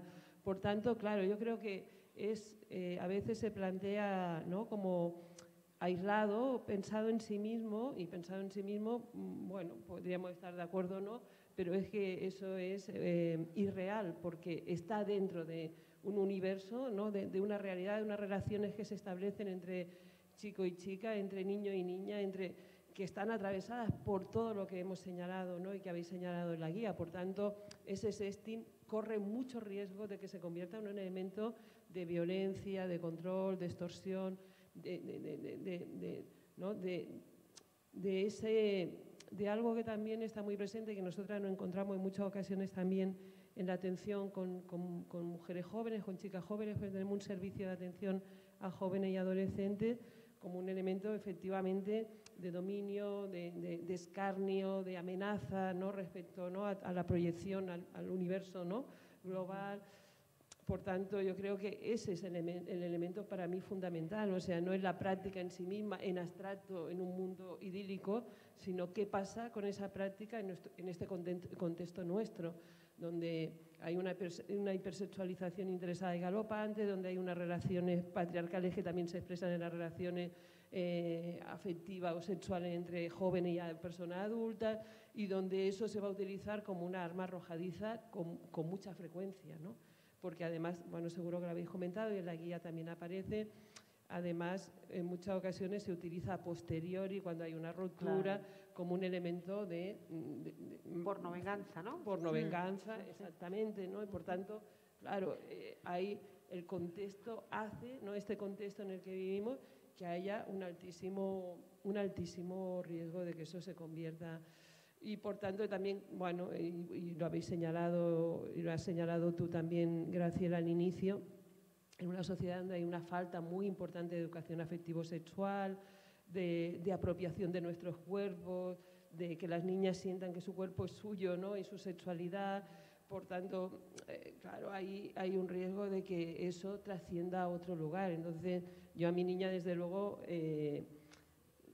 lo que intentaría o lo que intentamos es que pueda ser dueña de su cuerpo y de su ya, ¿no?, en la materialidad y en lo simbólico y en lo digital también, porque no se trata de puritanismo, como tú señalabas, ni por una cuestión de la sexualidad en sí misma, sino dónde se inscribe, cuáles son, ¿no?, los ejes donde se está inscribiendo ese acto en concreto y qué puede pasar, ¿no?, en ese contexto dominante donde impera, como decía, las relaciones patriarcales, desgraciadamente, ¿no? Y sabemos dónde coloca a las mujeres y a las niñas esas relaciones patriarcales, ¿no? Y tú lo sabes muy bien desde feminicidio, sí, o desde la propia escuela. Entonces, ahí es donde está el tema. El tema no es el sexo, la sexualidad, o que se haga una foto, que compartan. No.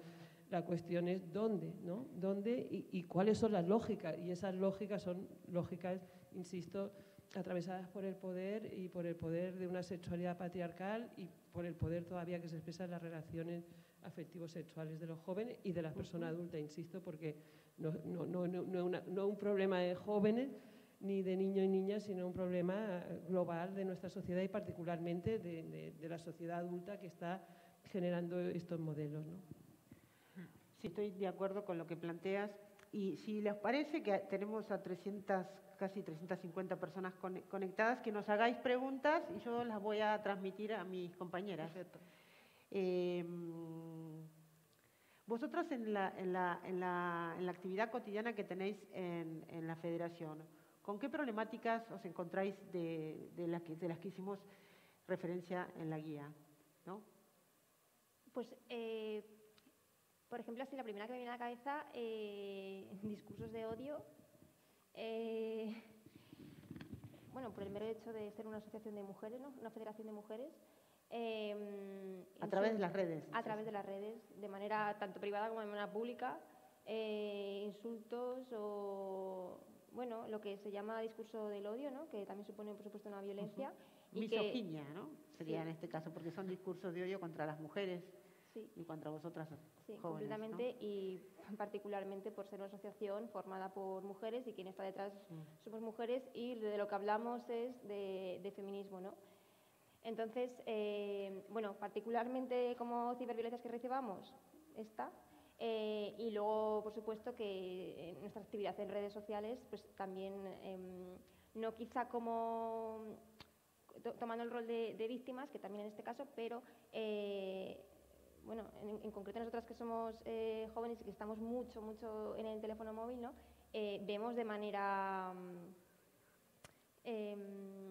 bueno, como desde el otro lado, ¿no?, hay muchas violencias que están ahora mismo en redes sociales, ya no solo hacia compañeras feministas o no feministas, pero la reproducción que existe también en los centros digitales de todas estas violencias. Por ejemplo, lo que comentábamos antes de cuando nos abrimos una cuenta de TikTok, ¿no? Sí. Lo primero que recibimos fue todo este contenido de mujeres hipersexualizadas. El imaginario del porno y la prostitución. Completamente, sí. Bueno, por ejemplo, en TikTok, ya que estamos con esta red social, en el buscador, como donde tienes acceso a contenido que nos sigues, pero que la aplicación te recomienda, hay contenidos en tendencia que, bueno, pues en muchas ocasiones pues son contenidos relacionados con, bueno, pues con mujeres en situaciones, bueno, pues o que son vejadas o vídeos virales como hemos visto, por ejemplo, el sugar dating, bueno, pues El otro día Leticia Dolera reprodujo una noticia de un vídeo de una violación de una niña que había sido visto por 140 millones de personas en Pornhub. Sí, bueno. O sea que estamos ante una violencia simbólica tremenda de reproducción de violencia sexual explícita como entretenimiento. Esto es realmente... Sí. Y que además estamos normalizando, que es lo que a mí me parece más peligroso, porque claro, hemos llegado a un punto en el cual la violencia que se ejerce contra las mujeres en las redes sociales lo hemos normalizado, ya lo damos como una normalidad. Ya, por ejemplo, a nosotras que subamos cualquier tipo de contenido, que es verdad que sobre todo tienen, algunos temas son sus favoritos, el tema del aborto, el tema de las violencias sexuales, el tema de la abolición de la prostitución, son como los 3 temas así favoritos en los que recibimos más ataques normalmente. Y ya, claro, hemos llegado hasta un punto en el que lo normalizamos, ¿no? Ya es como, mira, un comentario más insultándonos. Sí, incluso creo que lo comenté con vosotras, pero leyendo el otro día, no me acuerdo el nombre de una autora estadounidense, que se estaba dando en la sociedad norteamericana un fenómeno de niñas, adolescentes, que le tenían miedo al sexo y que no querían ese sexo así por lo que veían, porque les causaba un trauma ver sexo violento, violencia sexual en la pornografía, y que no es un sector minoritario de esas niñas. Entonces, este malestar que estamos generando, que se puede convertir en algo muy peligroso, realmente hay que tomar cartas en el asunto, ¿no? Porque no sabemos si esto se está manifestando también de forma cercana a nosotras, ¿no? Porque muchas adolescentes se inician sexualmente. Por ejemplo, tengo un dato, según datos recabados en Asturias, por un estudio que se hizo, las adolescentes se inician sexualmente a los 13 años, ¿no? Bueno, pregunto, ¿no? Es una pregunta que lanzo, que la tendría que contestar expertos como psicólogos clínicos o padres y madres concienciados. ¿Está preparada una niña de 13 años para tener relaciones sexuales? Sí y no. Bueno, ¿en qué circunstancias y cómo? Bueno, son preguntas que van a entrar en el debate de la educación afectivo-sexual, cuando la tengamos en la currícula escolar. No son preguntas banales, son preguntas muy importantes, ¿no? Y eso también afecta a que si las niñas tienen como educación sexual la pornografía, ¿cuáles son los problemas con los que se van a encontrar ellas y ellos? Porque también es problemático para los que luego se convierten en agresores sexuales. O sea, es un problema muy serio tanto para niñas, adolescentes, como para adolescentes, ¿no? Sí, si me permite, Graciela, yo lo que creo es que lo que no están preparadas las niñas o las chicas de 13 años no sé si para tener relaciones sexuales o no. Ahora, lo que sí que estoy segura es que ningún niño, ninguna niña está preparada para los 8, 9, 10 años, 11, 12, 13, contemplar en abierto el porno patriarcal, que ahora le llaman mainstream, pero el porno más agresivo, más violento, más vejatorio, más cosificador, más... Yo creo que a eso es lo que no están preparados ningún niño, ninguna niña, que además... Pero que la reducción de la edad tiene que ver con que consumen tempranamente, una de las causales es que consumen tempranamente pornografía o se hipersexualiza por la influencia de la publicidad. Porque tú lo señalabas, o sea, porque eso es una estrategia de la industria de la explotación sexual. O sea, que el porno esté en abierto y que además llegue casualmente, entre comillas, a edades más tempranas. Eso no es casual.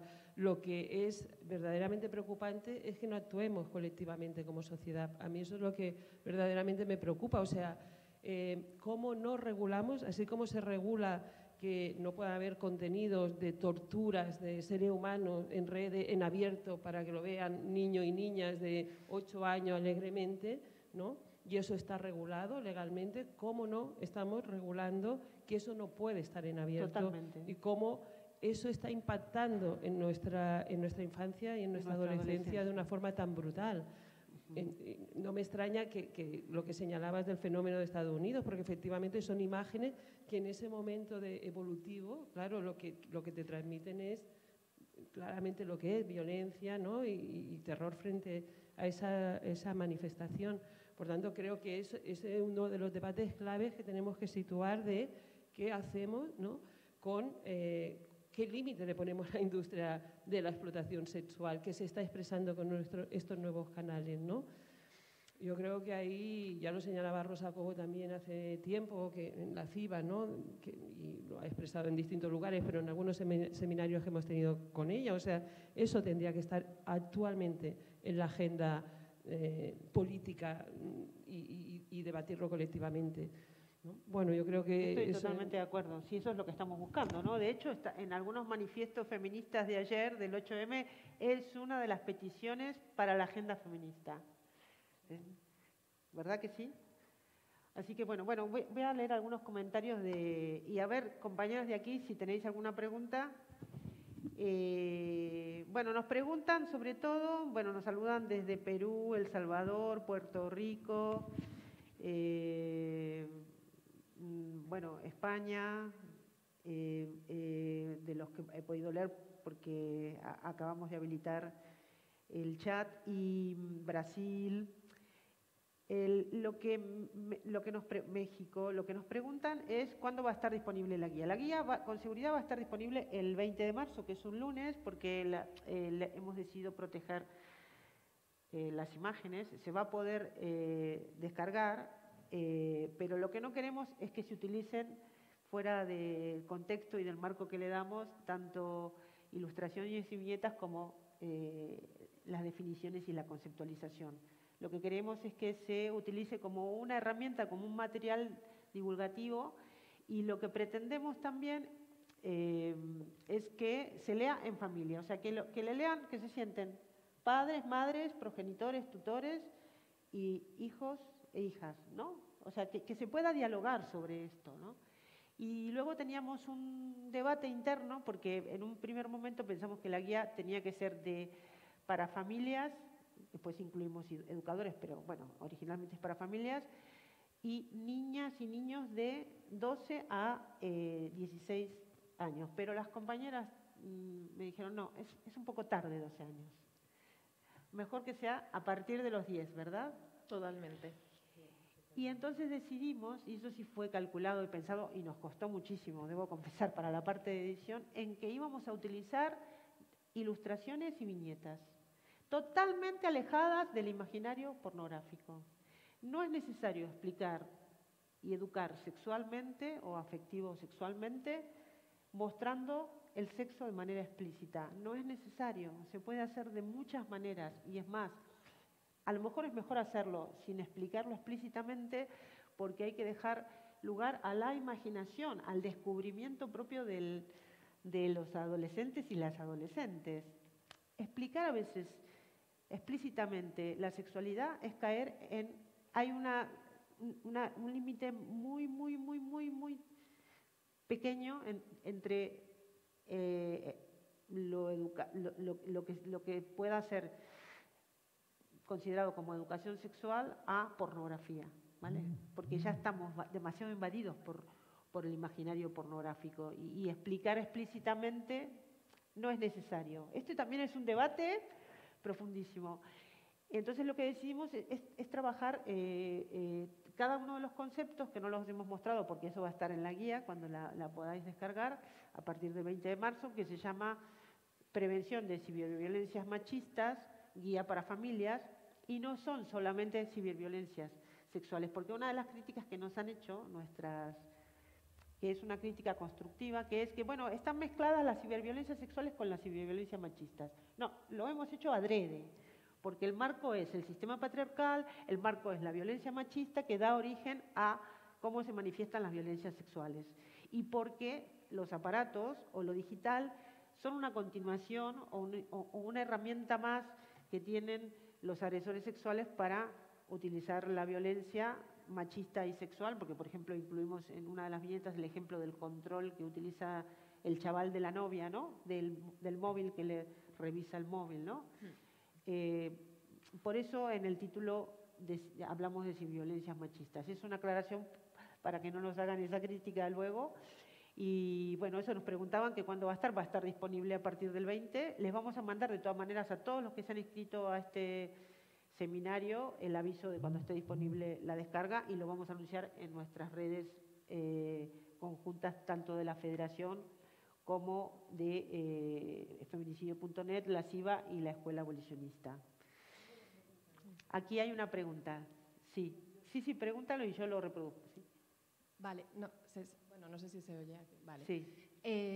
Bueno, primero daros la enhorabuena por la iniciativa, que, bueno, como madre difundiré también en mi entorno y en la escuela de mis hijos. Pero bueno, hay un aspecto en el que me gustaría un poco a lo mejor polemizar o hablar con vosotras, porque me ha dado la sensación que, Ada, cuando hablabas del acceso que tienen, y hablo como madre, y verás que me implico en ello, no sé si deberíamos... no sé, me ha dado la sensación de que vamos a aceptar muy fácilmente que nuestros hijos van a tener móvil muy pronto, ¿vale? Y bueno, yo no estoy nada a favor de eso. No me considero por eso prohibicionista, si ponemos ese concepto, pero creo que las familias y la sociedad esto nos lo debemos plantear. Yo desde que tengo peques y he leído pues textos sobre este tema, las personas expertas siempre recomiendan que sea a los 16 años cuando tengan acceso al móvil. Sí, ya veo tu cara porque he visto que tu posicionamiento es...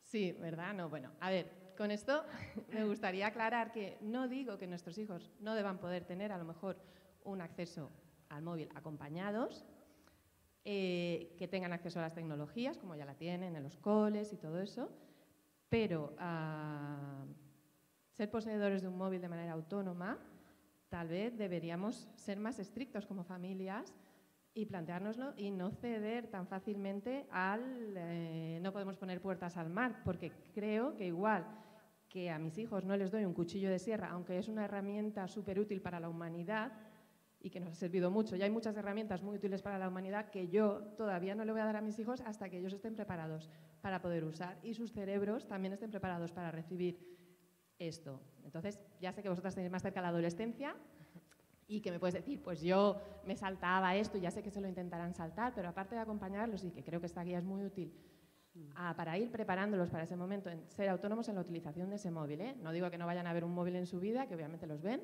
que también creo que nosotros tenemos que dar ejemplo de cómo utilizar esos móviles, porque también como personas adultas tenemos muchas problemáticas con el uso del móvil y de las nuevas tecnologías, pero...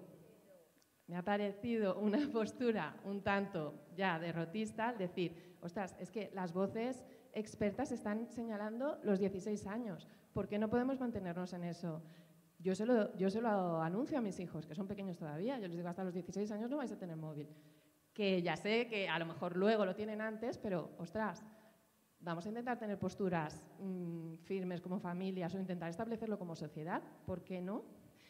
Porque además creo que ahí también el capitalismo nos está ganando la batalla, porque es que el patriarcado y el capitalismo se dan la mano, y esto es el consumismo, el capitalismo, y el no poderle decir que no a nuestros hijos, o porque los demás lo tienen, o porque van a tener que venir del instituto a casa y ya van solos y no sé qué, porque es que este es un debate que existe en los grupos de madres. Y porque es que recientemente ha salido un artículo aquí en el ámbito de Cataluña de un psicólogo que es el coordinador de la atención a conducta suicida adolescente, y él mismo en una entrevista ha destacado que hasta los 16 años no deben tener móvil. Y estamos hablando de conductas suicidas, ya no estamos hablando de todas las agresiones machistas y los contenidos que están recibiendo nuestros niños, a los cuales nunca meteríamos en una sala llena de pantallas con porno, y sin embargo sí que les vamos a dar un móvil a los 12 años. No sé, o sea, quiero polemizar sobre esto desde el buen rollo y desde la preocupación como madre de una realidad que me va a afectar.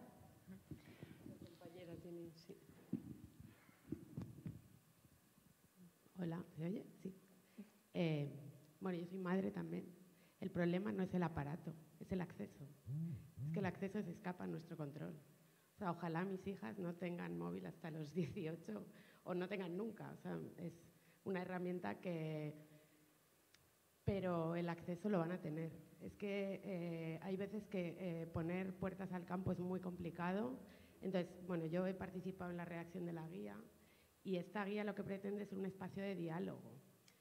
Como lo van a tener, vamos a ponerlo sobre la mesa, vamos a hablarlo en familia, porque la decisión de darle un teléfono a una niña, a un niño, tiene que ser de las familias, y yo estoy de acuerdo contigo en que cuanto más lo retrasemos mejor, pero el acceso al contenido lo van a tener desde los 10 años, aunque intentemos ponerle límites.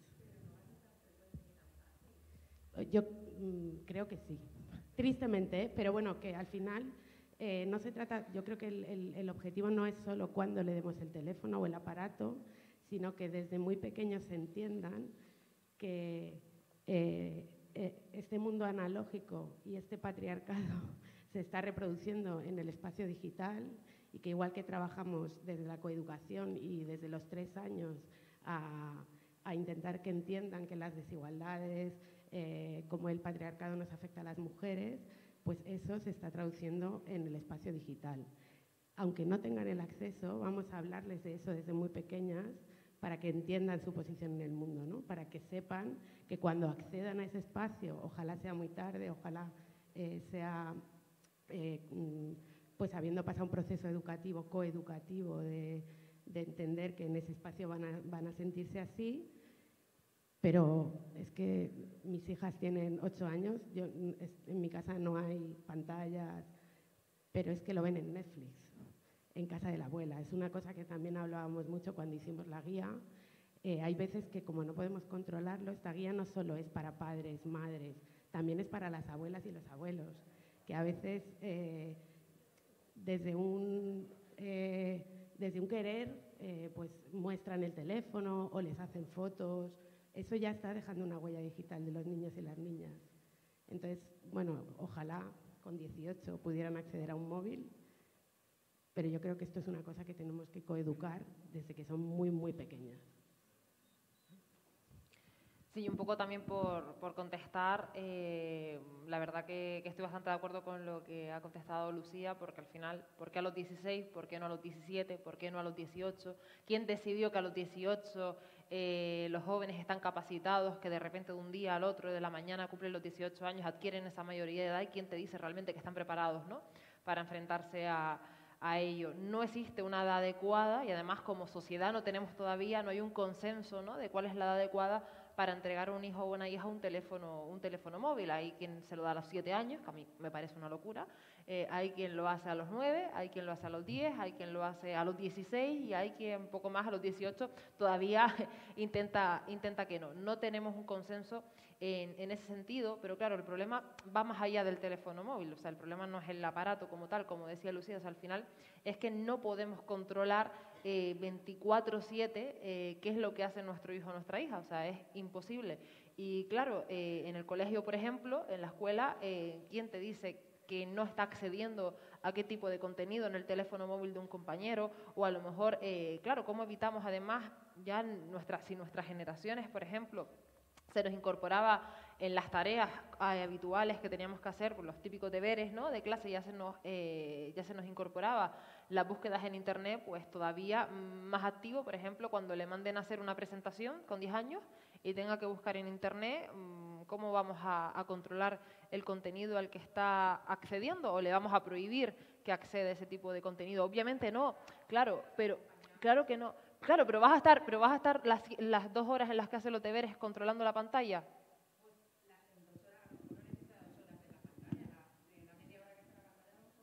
Pero es que es imposible, porque y cuando estás en el colegio, ¿cómo haces? Claro, pues a eso es a lo que vamos. A lo que vamos es que el problema no es la edad de acceso, que obviamente habrá que debatir cuál es la edad de acceso, que en eso yo no estoy de acuerdo en que sea a los 16, considero que debe de ser antes, pero porque considero que lo que debemos de dar son esas herramientas para que ellos y ellas sean capaces de acceder y sean autónomos, porque es que cuando tenga 16 años tampoco vas a poder controlar qué es lo que hacen y obviamente tendrán unas reglas en casa, eso evidentemente es lógico, no estoy diciendo yo aquí ahora 24/7 teléfono móvil y haz lo que quieras con él, evidentemente, pero es que la perspectiva no debe de ser la de control, que evidentemente sí que debe de haber pues unas reglas en base a la edad que tiene, etcétera, etcétera, pero lo que sí debemos de dotar es de herramientas para que cuando tu hijo o tu hija tenga ese teléfono móvil, pues sea consciente de qué puede hacer, qué no puede hacer, qué moralmente sí, qué moralmente no, pero porque él como ser autónomo o ella como ser autónomo sea capaz de discernirlo, no porque tiene a su madre detrás diciéndole aquí no te metas, aquí no, sino porque él o ella sea capaz de identificarlo. ¿Cuál es la edad adecuada? Yo considero que los 16 es imposible. es imposible. Pero yo creo que ahí honestamente. hay un terreno más intermedio, yo, a mi juicio también, o sea, porque sí que podemos hacer, o sea, más allá de la edad, que efectivamente hay un proceso evolutivo, Claro, y hay de un proceso desarrollo, de evolutivo personalidad, desarrollo, exacto. porque o sea, para poder adquirir ese espíritu crítico lo tienes que trabajar y hay un momento donde tú lo tienes más desarrollado, y eso tiene que ver también con los procesos evolutivos de la infancia y la adolescencia.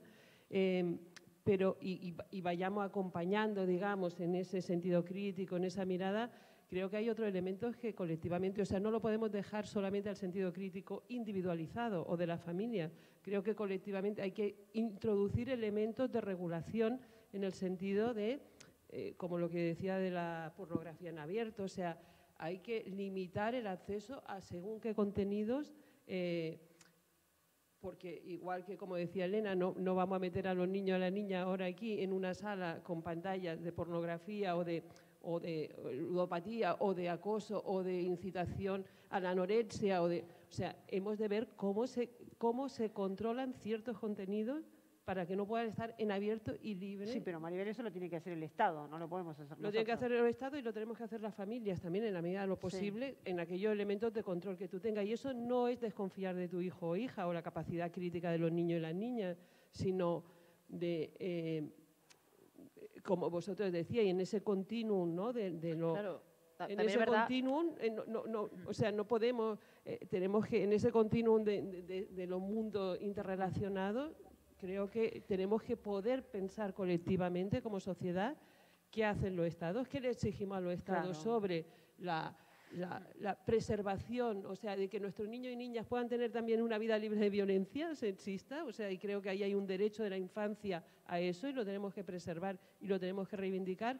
Y luego creo que tenemos una responsabilidad como familia, como persona adulta, de ver, o sea, los límites de ese proceso de acceso, ¿no? Yo creo, ahí creo que hay un... Bueno, y hay que hacer una aclaración, Maribel, de que quienes somos feministas y defendemos un modelo no patriarcal y de libertad sexual, lo que consideramos es que la pornografía violenta debería estar prohibida para menores y para mayores, o sea, debería estar prohibida. Ya sabemos que ese escenario es utópico y muy difícil, como dice Mónica Lario Gavilán, que es una de las grandes teóricas de la pornografía. A mi generación, que es muy joven, tiene 30 años así, mi generación no lo va a ver, la abolición de la pornografía, pero a lo mejor en el futuro, por el daño que hace, podemos conseguir esa abolición. Como no podemos conseguir, mientras tanto, la abolición, lo que sí deberíamos exigir es que se prohíban los contenidos de violencia sexual en la pornografía, que son la inmensa mayoría, pero ni siquiera nuestros gobiernos aspiran a eso, ¿no? Y añadir también una cuestión al final que la decía yo al principio, que es que al final el espacio digital está infrarregulado. Y entre una de las cuestiones claves es la edad de acceso a ese espacio digital, que es algo que también tenemos que plantearnos, ¿no? Que hay que legislar en base a eso. Y uno de los problemas también que tenemos cuando accedemos es que no existe una identidad. Claro, porque yo ahora mismo me meto en una red social y puedo no ser Ada Santana, puedo crearme, puedo ser Pepa Hernández, y Pepa Hernández tiene 50 años. Y ese es uno de los grandes problemas. Si yo a lo mejor realmente existiera un límite de edad clave establecido, obviamente. Y que no te lo puedas saltar como te pasó a ti con... Claro, que no pueda yo con 12 años hacer lo que hice, evidentemente, sino que realmente, oye, pues tengas que acceder verdaderamente con tu identidad, eso lo evitaríamos y evidentemente tendríamos ya pues quizás un mayor camino mucho más allanado. Y luego, evidentemente, ¿cuál es la edad adecuada? Pues yo la verdad no lo tengo claro, evidentemente no. Creo que recomiendan entre 14 y 16, pero 14 de todas maneras es...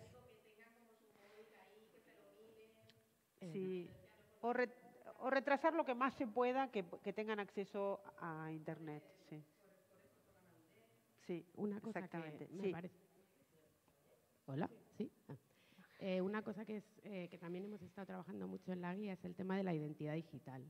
Hay un cambio de paradigma, ¿no? Son nativos y nativas digitales y tenemos que intentar acercar esta brecha digital que tenemos entre las generaciones para llegar a puntos en el que entendamos que ellas y ellos van a vivir una identidad digital totalmente distinta a la que nosotras tenemos, porque nosotras, yo no he necesitado tener una identidad digital pero ellas lo viven como una parte de su día a día. Entonces, la construcción de esa identidad digital también tiene que ver con el desarrollo de la personalidad, en esa seguridad que les queremos dar para que construyan una identidad personal que tenga autoestima, que sea segura. Vamos a trabajar con ellas y ellos en que esa construcción de la identidad digital también sea segura, también sea... Y es lo que decimos, al final no podemos esperar a construir esa identidad digital cuando tienen 16, 17, porque ya han construido una identidad personal y para ellos esas identidades se deben construir como paralelamente, o sea, más o menos a la vez, ¿no? Entonces es importante que también que los procesos pedagógicos incorporen todo este nuevo paradigma digital en la construcción de las personalidades, de que sean niños y niñas adolescentes sanas, también en su identidad digital. A mí me parece que es un debate que tenemos que tener también desde el movimiento feminista, por ejemplo. Voy a pasar un aviso, que es que vamos a hacer un curso en profundidad sobre ciberviolencias machistas con invitados expertos de primer nivel. Todavía no sabemos si lo vamos a hacer en mayo, junio o en el segundo semestre, lo tenemos que valorar, pero que va a tener el método que tenemos para los cursos más intensivos, que son de 40 a 100 horas, y se va a ver en profundidad estos temas, utilizando la guía como referencia, pero también plantear en profundidad este debate de los cuestionamientos y las preguntas que tenéis. Quiero aclarar una cosa antes de terminar, porque ya se nos fue la hora, que es que la guía, tenemos una versión parcial de la guía que se publicó el 31 de diciembre, porque es parte de un proyecto subvencionado por el Ministerio de Igualdad, y que decidimos, por las inquietudes y por el tema en cuestión que está demandado socialmente por distintos sectores y distintos ámbitos, ampliar la guía y hacer una guía extensa que tiene 112 páginas, con lo cual quienes hayáis descargado esa versión, es una versión limitada, esperarse a la que saquemos el 20 de marzo, y quiero mencionar los nombres de las personas, las compañeras que elaboraron la guía, que son Isabel Sanz Morán, Alicia Moldes López y Lucía Candeira, que está aquí, que nos acompaña, que son del equipo de Mujeres Jóvenes. Les agradezco mucho que hayáis venido aquí a la CIVA. Nos espera un gran desafío con la guía. Creo que va a ser un éxito porque es muy demandada. Y el tema y cómo abordar el tema, ¿no? La cuestión de la educación afectivo-sexual de las nuevas generaciones y los retos a los que nos enfrentamos con el patriarcado digital y las ciberviolencias. Y bueno, te dejo para que cierres, Maribel. Muchas gracias por la hospitalidad, por tratarnos también en esta casa. No, muchísimas gracias a vosotras por venir a la CIVA, que es vuestra casa, que es un espacio para el desarrollo de las políticas públicas feministas y, por tanto, para acoger, como decía, en el marco del 8M, vuestra propuesta. Agradeceros a la Federación de Mujeres Jóvenes, agradeceros a Graciela también, a la Escuela Internacional Abolicionista, de hacer este seminario aquí presencial y de seguir en esta brecha, ¿no? Brecha en el sentido, en la lucha cotidiana, no solo en la brecha digital, sino en la lucha cotidiana para reflexionar, pero sobre todo para avanzar en la erradicación de las violencias machistas en todas sus manifestaciones y también la ciberviolencia. Y ahí necesitamos la colaboración de todas las personas y muchísimas gracias por haber estado aquí. Muchísimas gracias a los que están del otro lado, a las casi 400 personas que nos han acompañado de varios países de América Latina. Como siempre, gracias por estar aquí. El 23 de marzo es el próximo seminario, no os lo podéis perder, porque vamos a apuntar a los puteros, a los compradores del sexo y la responsabilidad que tienen los hombres en la institución patriarcal más antigua, que es la prostitución. Muchas gracias y hasta la próxima. El 20 de marzo, recordar, en geoviolenciasexual.com y en la página web de la Federación de Mujeres Jóvenes va a estar lista para descargar la guía de ciberviolencias machistas. Muchas gracias. Buenas tardes.